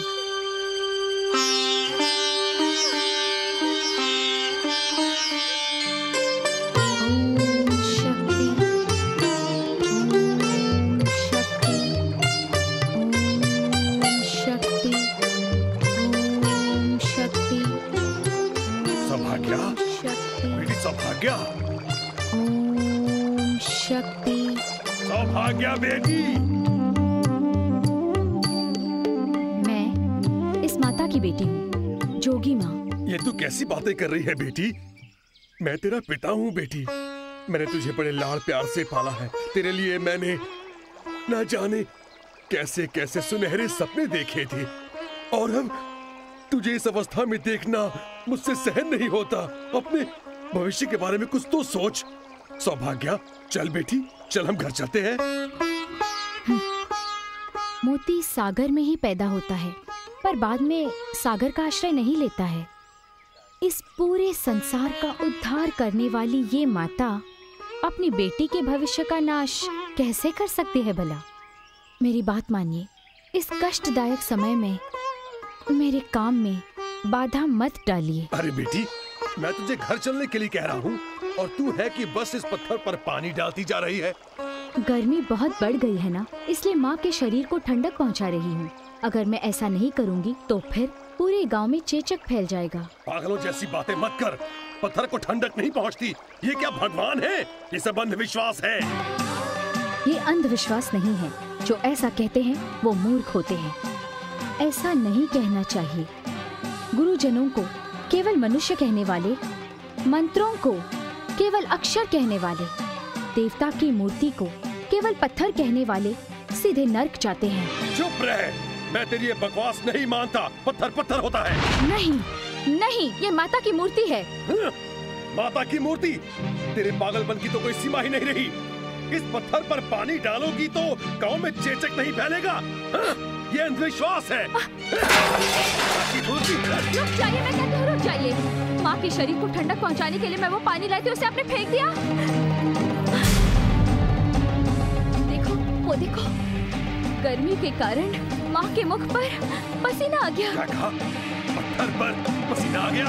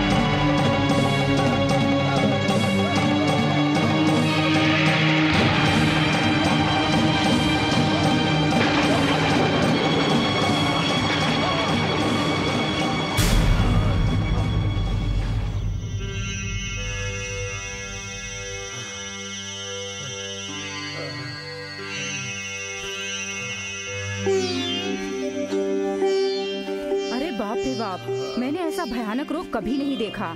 इसे चेचक कहते हैं। ये रोग लग जाए तो जिंदा रह पाना मुश्किल है। मुश्किल नहीं, नामुमकिन है। हाँ, मुझे भी ऐसा ही लगता है। अब तो माँ ही उनकी रक्षा कर सकती है। तुम अपने पति की अच्छी तरह से देखभाल करना। माता जगदीश्वरी, मेरे सुहाग की रक्षा करो। अगर ये ठीक हो गए माँ, तो ये मंगलसूत्र मैं तुम्हारे चरणों में अर्पित कर दूंगी माँ। ओम शक्ति।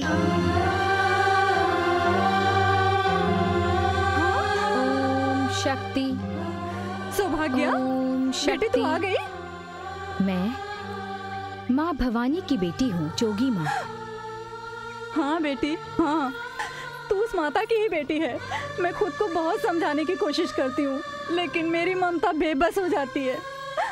मुझे क्षमा कर दो बेटी। ठहरिए माँ, भिक्षा लाती हूँ। नहीं, इस स्थिति में मैं तुमसे भिक्षा नहीं ले सकती। जब तू बच्ची थी तब मैं अपने इन्हीं हाथों से तुझे निवाला खिलाया करती थी, और आज इन्हीं हाथों से मैं तुझे भिक्षा भी नहीं दे सकती। देखो ना बेटी, आज कैसी हालत हो गई है हमारी। गुलाब के पौधे पर फूल के साथ साथ कांटे भी होते हैं। यदि फूल चाहिए तो कांटा चुभेगा ही। उसी तरह हमें अपने हिस्से के सुख दुख को खुद भुगतना है, इसलिए हमें उनसे मुंह नहीं मोड़ना चाहिए। तुम्हें मेरे लिए धर्म की देवी हो, मेरे सुहाग की रक्षा करो माँ, मेरे सुहाग को बचा लो। उठो, उठ जाओ। जानती हो, माँ भवानी की कृपा सूरज की किरणों जैसे होते हैं, और सूरज की किरणें बिना किसी भेदभाव के सभी को रोशनी देती हैं। दुखी मत होना। अगर भक्तों की आंखों से आंसू निकलते हैं तो उसे अपने आंचल से पोंछने वाली वो माता हमेशा तुम्हारे साथ रहती है। देखो, पहले वहाँ रखे उस हल्दी के पानी से नहा लो, फिर माँ की पूजा और सेवा करना, सब कुछ ठीक हो जाएगा। माता मंगलदायिनी, पुण्य प्रदायिनी, जब तुम स्वयं माँ भवानी के रूप में आई हो तो मैं तुम्हारी ही पूजा और सेवा करूंगी माँ।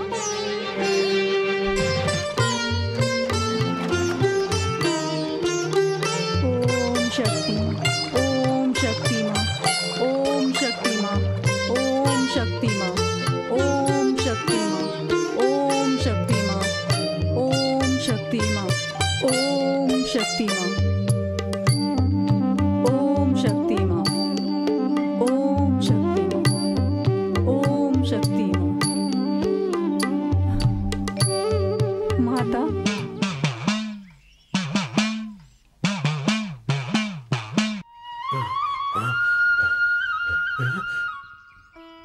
माँ, मैं तो ठीक हो गया। माता, मैंने तुम पर विश्वास रखा और ये चमत्कार हो गया। माँ, माँ, माँ, माँ भवानी, महाशक्ति, माँ भवानी, माँ भवानी, ये कैसी महिमा है माँ। मैं नर्क भोग रहा था, दर्द से तड़प रहा था, पर मुझे एक ही रात में तुमने ठीक कर दिया। ये सब मेरे सामने हुआ। ये अद्भुत चमत्कार मैंने अपनी आंखों से देखा। तुम्हारे चरणों में मेरा कोटि कोटि प्रणाम माँ। हे माँ, तुमने मुझे इतना कठोर दंड क्यों दिया माँ? नहीं दिया। नहीं, माँ ने तुम्हें कोई दंड नहीं दिया। 9 महीने तक अपने कोख में पाल कर पोस कर उसे बड़ा करने के बाद अपने बच्चे को दंड दे सकती है भला? कभी भी नहीं। भूल सुधारने के लिए माँ प्यार से एक चांटा मार देती है, बस। क्यों? की हुई भूल को वो दोबारा ना करे इसलिए, और बाद में उसे अपने सीने से लगाती है। इसका मतलब मुझसे कोई अपराध हुआ है? नहीं हुआ है। सोच के बताओ, उस माता भवानी की परम भक्तिनी राजेश्वरी देवी को तुम और नंजुंडा दोनों ने मिलकर मारने का प्रयास नहीं किया था? बताओ मुझे।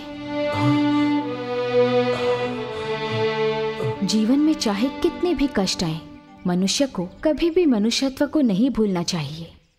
जो मनुष्य शैतानी भावनाओं में उलझता है उसे दंड भुगतना पड़ता है। माता, शैतानी भावना को कैसे खत्म कर सकते हैं? अपने अंतरात्मा से, निर्मलता से, निश्चलता से, भक्ति से। बस माता कह के पुकारो, वो दौड़ी दौड़ी चली आएंगी, तुम्हारा हाथ थामकर तुम्हें सही मार्ग पर ले चलेंगी। उस नंजुंडा के सारे काले करतूतों को मैं अच्छी तरह जानती हूँ। यदि उसने अब भी बुरे कामों को त्याग कर सही मार्ग को नहीं चुना तो फिर मुझे ही उसे सख्त से सख्त दंड देना पड़ेगा। नारायण जी, ओ नारायण जी। क्यों नारायण जी, आपने क्या कहा और क्या किया याद है? आपने उस राजेश्वरी को 2 दिन में खत्म करने का वादा किया और फिर गायब हो गए। मैंने सारी तैयारियां कर ली थी और इंतजार कर रहा था आप अब आएंगे तब आएंगे। मैं राह देखते देखते थक गया पर आपका कोई पता नहीं। अरे कुछ तो बोलो नारायण जी, ऐसे चुप क्यों खड़े हैं? नंजुंडा, मैंने तुमसे बातें जरूर की थी। उस वक्त मैं भी तुम्हारी तरह एक राक्षस था, लेकिन माँ की कृपा से अब मैं एक इंसान बन गया हूं। तुम तो जानते ही हो कि मुझे क्या हुआ था। मेरी बेटी जोगी माँ ने माँ का रूप धारण किया है। उसी की दया से आज मैं जीवित हूं।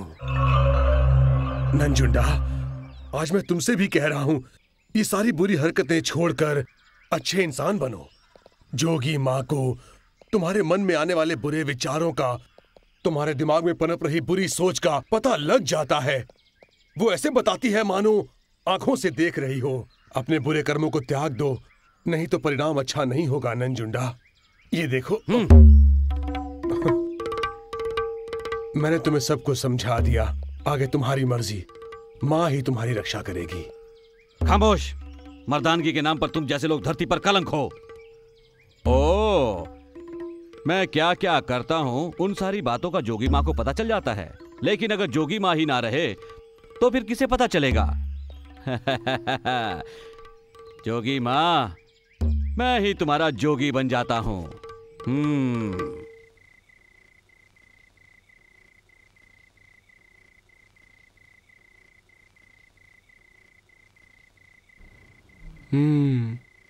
सुबह से शाम तक जी जान से मेहनत करती है और थक कर चूर हो जाती है बेचारी।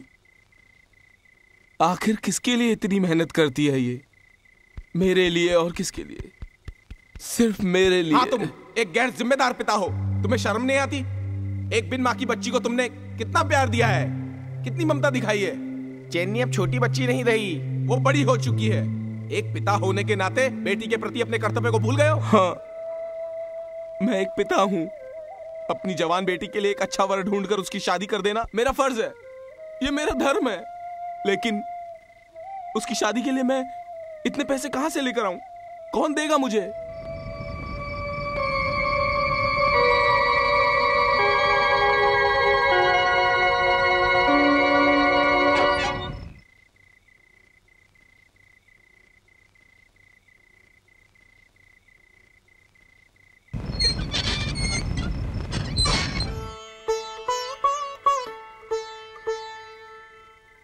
माँ, मैं अपनी बेटी की शादी करना चाहता हूँ, इसीलिए मैं यहाँ पे आया हूँ। मेरे पास कोई रास्ता नहीं है, इसलिए आपके ये जो जेवरात हैं, उसे मैं अपनी लड़की को देकर मैं उसकी शादी करना चाहता हूँ। मुझे माफ करना माँ, मुझे माफ करना।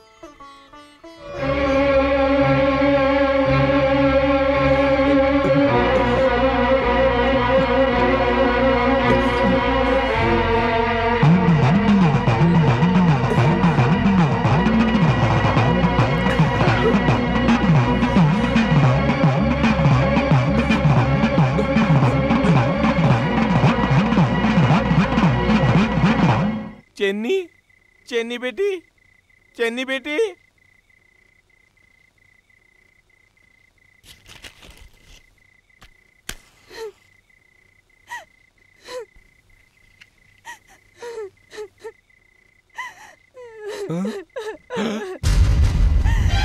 चेन्नी, चेन्नी, चेन्नी बेटी, क्या हुआ बच्ची?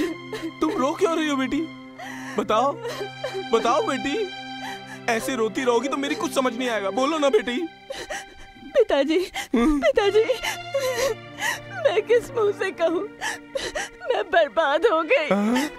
मेरा सब कुछ लूट गया। मेरी इज्जत पे दाग लग गया पिताजी, मेरी इज्जत पे दाग लग गया।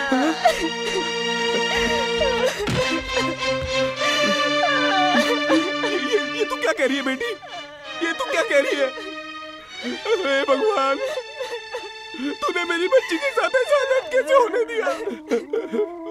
मेरी मासूम बच्ची पूरी तरह से बर्बाद हो गई।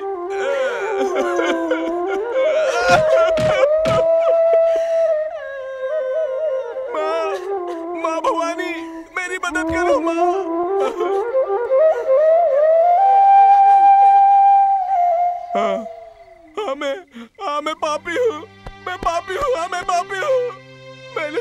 रुला दिया है।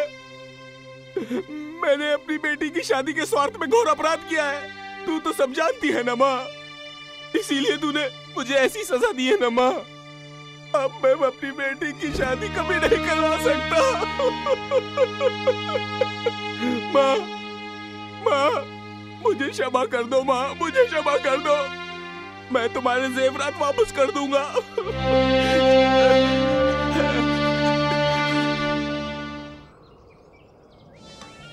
देखा कैसा होशियार है मेरा राजा। सांपों की जात में सबसे माहिर सांप है ये, सच बोलता हूँ। जब भी कोई इंसान या जानवर मुझसे टकराता है तो वो मीलों दूर भागते हैं साहब। इतना ही नहीं, ये सांप मेरी हर बात को समझता और वैसा ही करता है। हाँ, और जो काम इंसान नहीं कर सकता वो मेरा राजा कर लेता है। तुम जो कहोगे वो सब काम ये सांप करेगा। मैंने कहा था ना साहब, अगर मैं एक लकीर खींच दूं तो ये इसे पार नहीं करेगा, इतना आज्ञाकारी है ये। अरे अभी दिखाता हूँ, सुनिए। आपसे मैंने कपड़ा लाने को कहा था, लायो क्या? हाँ हाँ, जोगी माँ ने इसे मंदिर के बाहर सुखाने के लिए डाला था, मैं इसे वहां से चुरा लाया हूँ, ये लो। शाबाश, अब समझ लीजिए आपका काम हो गया। कल नाग पंचमी है, मैं राजा को ये कपड़े का टुकड़ा सुंघा दूंगा और कल जहाँ पूजा है वहां इसे मैं गाड़ दूंगा और कल जोगी माँ वहां पूजा करने जरूर आएगी। समझ गए? सही मौका देखकर मेरा राजा उसकी कहानी को खत्म कर देगा। बढ़िया, बहुत बढ़िया। हमारा काम हो गया और किसी को हम पर शक भी नहीं होगा।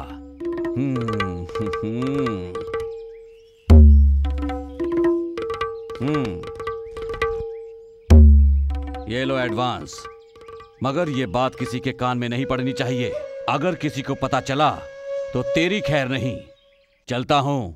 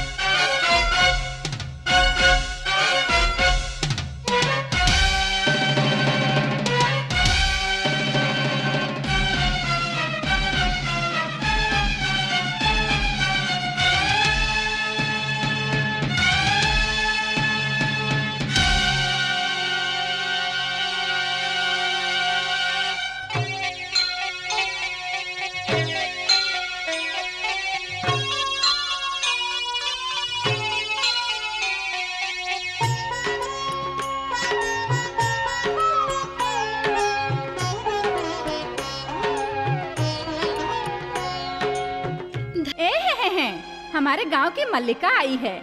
देखो देखो, इतने नखरे दिखाकर बहुत बड़ा नाम कमाया है, बेशर्म कहीं की। सोचा होगा कि इसका ये खेल किसी की समझ में नहीं आएगा। कहने को तो गांव में चूड़ियों का कारोबार है, इसके अलावा इसके ना जाने और कितने धंधे हैं। क्यों रे चेन्नी, जरा सब्र नहीं कर सकती थी क्या? हम तेरी शादी किसी से तो करा ही देते। अरे छोड़ो भी, हमें इससे क्या, जिसका पाप है वही भुगतेगा उसका नतीजा। हम इसके झमेले में क्यों पड़े, जो करेगा सो भरेगा।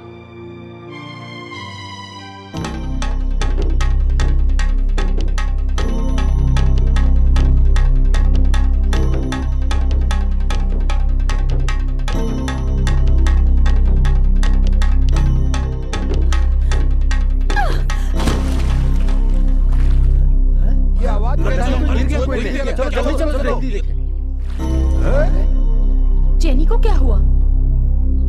हम वहीं थे, ये दौड़कर आई और कुएं में छलांग लगा दी। हमने इसे कुएं से बाहर निकाला। बहुत अच्छा किया। अब आप लोग जाइए, मैं इसका ख्याल रखूंगी। जी दीदी। जाइए। बहुत अच्छा। चेनी, चेनी।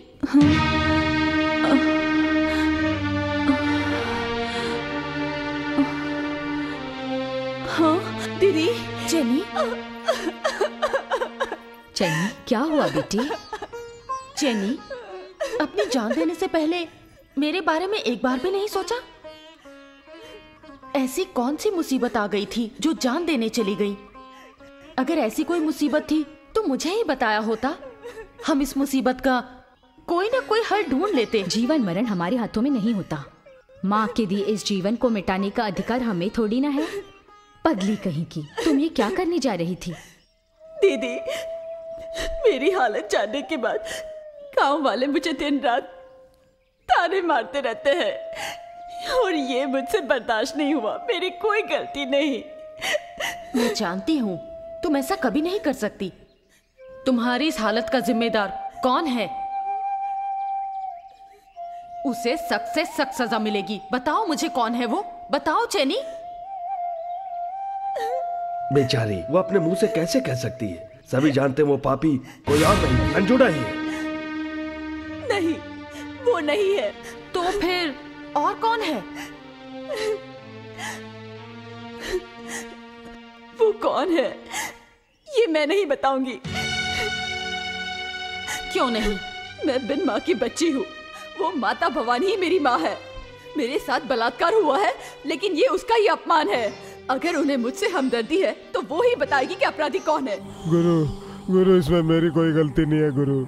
मेरे सांप की भी कोई गलती नहीं है गुरु, मेरे बाकी के पैसे तो लौटा दो। बाकी के पैसे चाहिए पाखंडी? अगर तूने अपना सड़ा हुआ चेहरा मुझे दिखाया तो तेरी खैर नहीं। अब तू अपना चेहरा दोबारा मत दिखाना। यहाँ से चला जा, यहाँ से भाग, यहाँ से भाग। मेरे बाकी के पैसों का क्या होगा? अरे रे रे रे रे।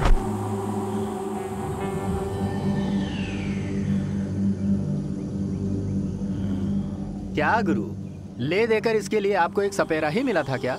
मैं किसी सांप से कम हूँ क्या? क्या बक रहा है तो?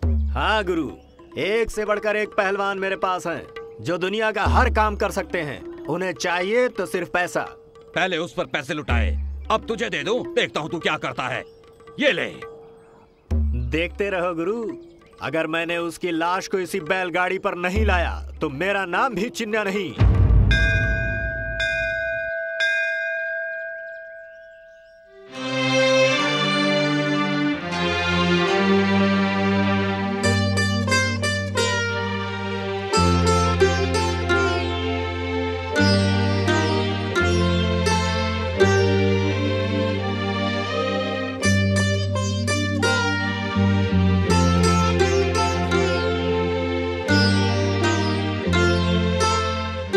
माता, मेरी बेटी के बारे में लोग कैसी उल्टी सीधी बातें कर रहे हैं।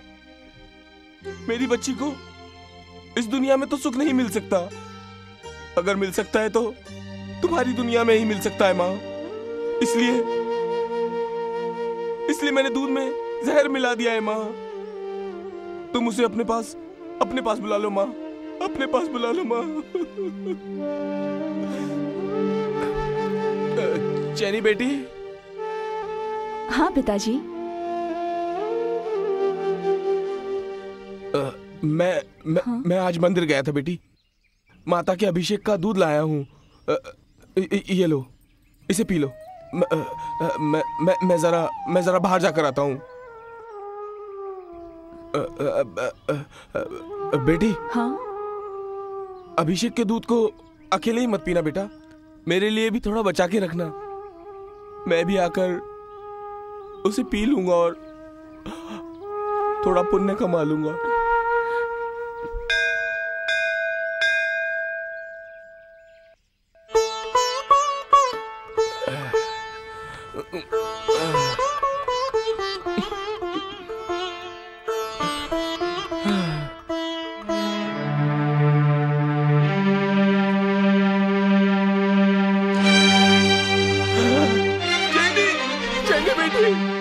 सारा दूध तू अकेले ही पी गई बेटी। मुझ जैसे पापी को जीवित रखकर तू अकेले ही संसार से चली गई। मेरे जैसा पिता तुझे 7 जन्मों तक नहीं मिले बेटी। बर्तन अगर झूठा हो जाए तो वो धुल सकता है, लेकिन दामन में लगे दाग को तुम धो नहीं सकती थी, इसलिए तुमने अपनी जान दे दी बेटी। चैनी बेटी, मुझे बेसहारा छोड़कर तू कहाँ चली गई बेटी? कहाँ चली गई? पिताजी, पिताजी, क्यों रो रहे हो पिताजी? चैनी, मेरी बच्ची, तुम जिंदा हो। आप कैसी बात कर रहे हैं पिताजी? मुझे क्या हुआ है? तुमने अभिषेक का दूध नहीं पिया था? नहीं तो उस वक्त जोगी माँ आई थी। ओम शक्ति, ओम शक्ति। माँ, माँ, आज इस गरीब की कुटिया में तुम्हें देने के लिए कुछ भी नहीं है माँ। देने के लिए कुछ भी नहीं है? हाँ, हाँ है। ये माता के अभिषेक का दूध है माँ।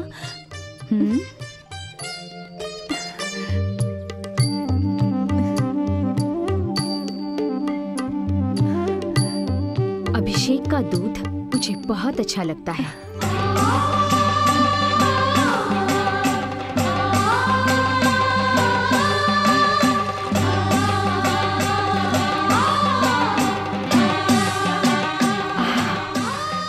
कितना स्वादिष्ट है। इस अमृत का कोई मेल नहीं है। मेरा काम पूरा हो गया, मैं चलती हूँ। वो सारा दूध तो जोगी माँ ही पी गई। अरे बाप रे! क्या हुआ पिताजी? बेटी, पता है उस दूध में जहर मिला था। क्या? जहरीला दूध? हाँ बेटी, ये मुझसे क्या हो गया? मुझसे इन गांव वालों के ताने बर्दाश्त नहीं हो रहे थे, तो मैंने सोचा हम दोनों इस कष्ट से मुक्त हो जाएंगे, और इसलिए मैंने उस दूध में जहर मिला दिया था बेटी। मैंने खुद अपने हाथों से। अरे रे, न जाने जोगी माँ की क्या हालत होगी। जोगी माँ, जोगी माँ, माँ।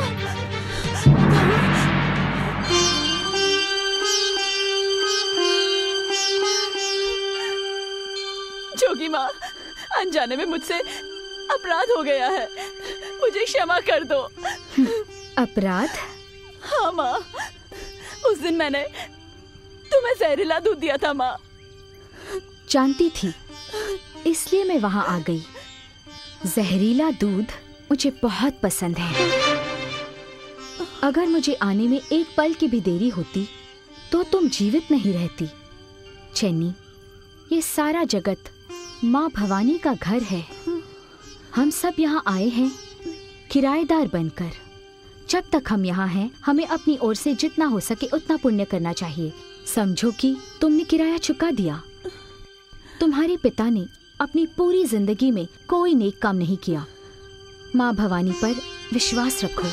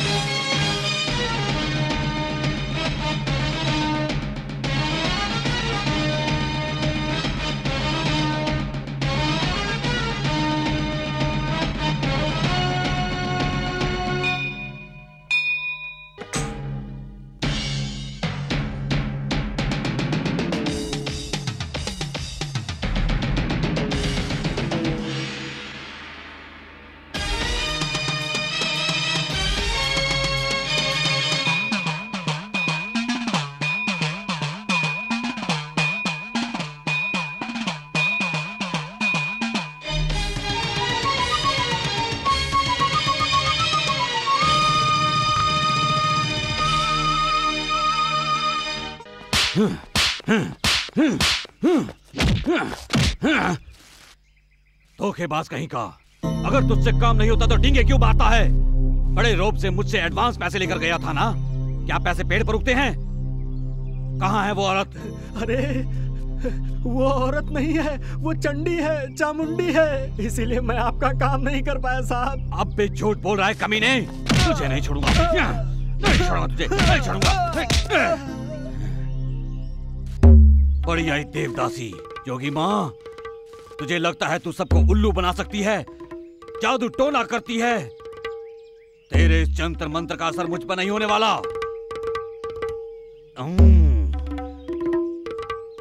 अब तू देख मेरा मंत्र। ओम शक्ति, ओम शक्ति, ओम शक्ति। ओ जोगी माँ। जोगी माँ भिक्षा मांगने आई है। हाँ, मैंने भी तुम्हें भिक्षा देने के लिए दरवाजा खोला है। मैं तुम्हें ऐसी वैसी भिक्षा नहीं दूंगा जोगी माँ। तेरे पूरे जीवन में किसी ने भी तुझे भिक्षा नहीं दी होगी, ऐसी भिक्षा मैं तुझे दूंगा। आओ, अंदर आओ ना। जोगी माँ किसी के घर के अंदर नहीं जाती। हाँ, तुझे आने की कोई जरूरत नहीं। मैं खुद तुझे बड़े आदर सत्कार के साथ अंदर ले जाऊंगा। आ, अंदर चल।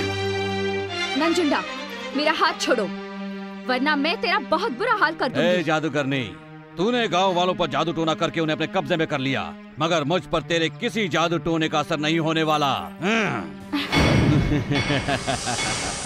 तू तो जानती ही है कि देवदासी हम जैसे लोगों के दिल बहलाने के लिए पैदा हुई है, तो फिर तेरा हाथ क्यों छोड़ दूं मैं?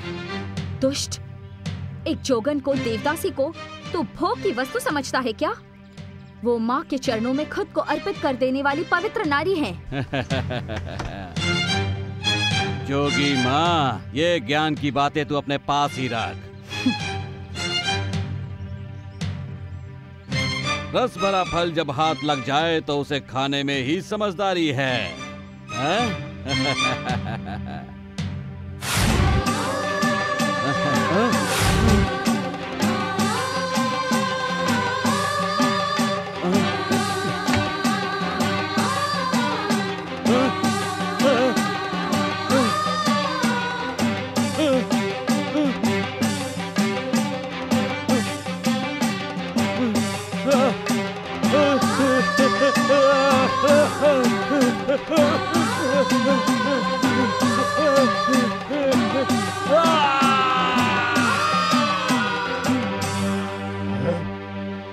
इस खूंखार को मारने वाला कौन हो सकता है?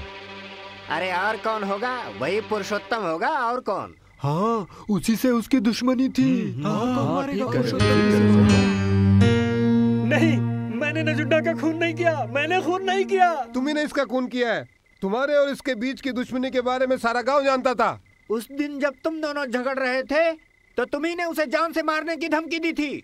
मैंने गुस्से में कहा था, लेकिन उसके खून से मेरा कोई संबंध नहीं है। वो मेरा बेटा है, इसके लिए मैं उसका पक्ष नहीं ले रही हूँ। वो चाहे जो भी गलती करे, वो उसे छिपाता नहीं, उसे कबूल करता है। इस वक्त भी वो सच ही कह रहा है। हमको उस पर भरोसा करना चाहिए। ऐसा नहीं होगा जमींदार जी। जब सारा गांव उसे खूनी समझता है, तब आप कैसे ना कह सकते हैं? दीदी, ये खून कैसे हुआ, किसने किया, कुछ नहीं पता चल रहा है। इसीलिए हम सभी गांव वाले चाहते हैं कि आप ही इसका फैसला करें। ये खून किसने किया और क्यों किया, बिना किसी ठोस सबूत के कहना बहुत मुश्किल है। मुझे कल सुबह तक की मोहलत चाहिए। मैं सुबह पंचायत बुलाऊंगी, वही फैसला करेंगे। ठीक है। चलो चलो।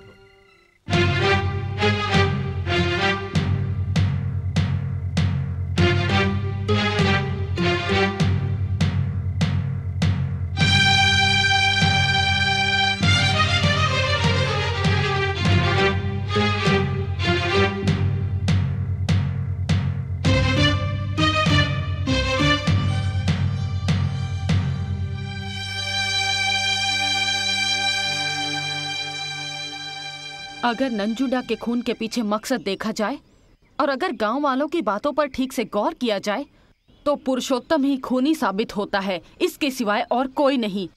इसलिए इसे सजा मिलनी ही चाहिए। नहीं नहीं, मैंने खून नहीं किया, यकीन मानिए, मैंने खून नहीं किया। तो फिर अपराधी कौन है बताओ? मैं बताती हूँ। मैं माँ भवानी की मूर्ति हूँ। मैं तुम सबको सच बताने आई हूँ। ये पुरुषोत्तम ही अपराधी है, अपराधी है, अपराधी है।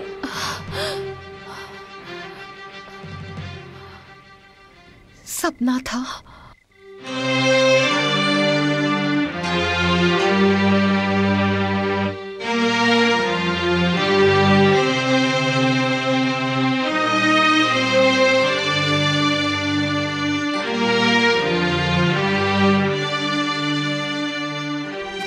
बंधु, माँ बाप या चाहे कोई भी रिश्ता हो, उसे न्याय की आड़ में नहीं आना चाहिए। धर्म और सत्य के बीच कोई भी चीज बाधा नहीं बननी चाहिए। सत्य की जीत होनी चाहिए, जीत होनी चाहिए। गांव वालों, अगर इस खून के पीछे मकसद को देखा जाए तो नंजुंडा का खून पुरुषोत्तम ने किया है और कोई ये खून नहीं कर सकता। मेरा ये मानना है कि ऐसे खूनी को पुलिस के हवाले करना ही चाहिए। नहीं नहीं, मैंने खून नहीं किया। अगर तुमने ये खून नहीं किया तो अपराधी कौन है? वो मैं नहीं जानता। जिस वक्त खून हुआ था मैं वहाँ पर था ही नहीं। अगर तुम वहाँ नहीं थे तो कहाँ थे बताओ? बताता हूँ। मैंने खून नहीं किया, पर मैंने उससे भी घिनौना अपराध किया है, बहुत बड़ा अपराध किया है। जैसा कि आप सब जानते हैं, मैं शराब पीता हूँ। जिस रात को नंजुंडा का खून हुआ, मैं नशे में धुत चेन्नई के घर की तरफ जा रहा था और तब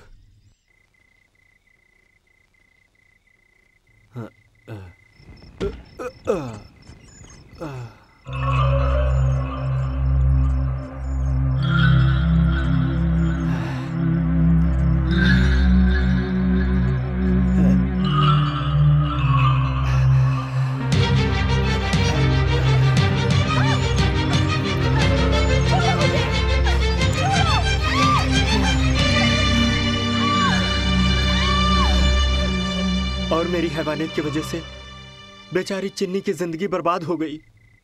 मुझे लगता है इस सच को मेरे मुंह से उगलवाने के लिए माता भवानी ने मुझे खून के आरोप में फंसा दिया होगा। मैं अपनी गलती मानता हूँ और मैं चन्नी से शादी करूंगा। मैं शादी करूंगा, लेकिन नंजुंडा का खून मैंने नहीं किया। मैंने नहीं किया। तो फिर इस खून को किसी न किसी ने तो किया ही होगा। हाँ, इस सच को मैं बताऊंगी। आप कौन है माता? मैं कौन हूँ इसकी चर्चा हम बाद में करेंगे। पुरुषोत्तम ने सच कहा, वो बेकसूर है। उसका इस हत्या से कोई लेना देना नहीं है। तो फिर ये हत्या किसने की है बताइए? वो कौन है मैं बताती हूँ, चलिए मेरे साथ।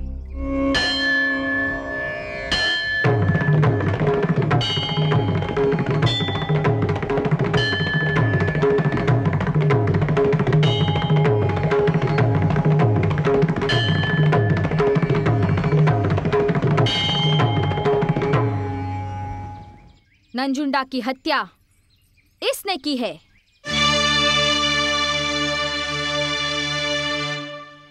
सच में? जोगी माँ ने हत्या की? नहीं, ये हम नहीं मान सकते। हाँ, ये बिल्कुल नहीं हो सकता। हम ये बात नहीं मान सकते। हरगिज़ नहीं। ये बात मैंने नहीं कही, जोगी माँ ने खुद मुझे बताया कि उसी ने नंजुंडा की हत्या की।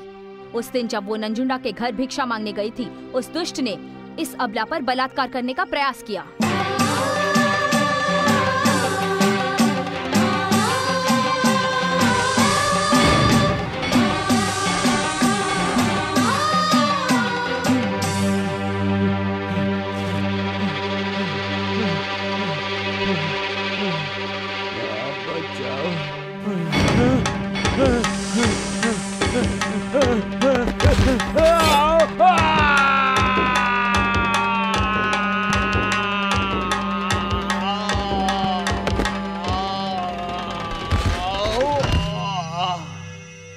क्या ऐसी बात हुई थी?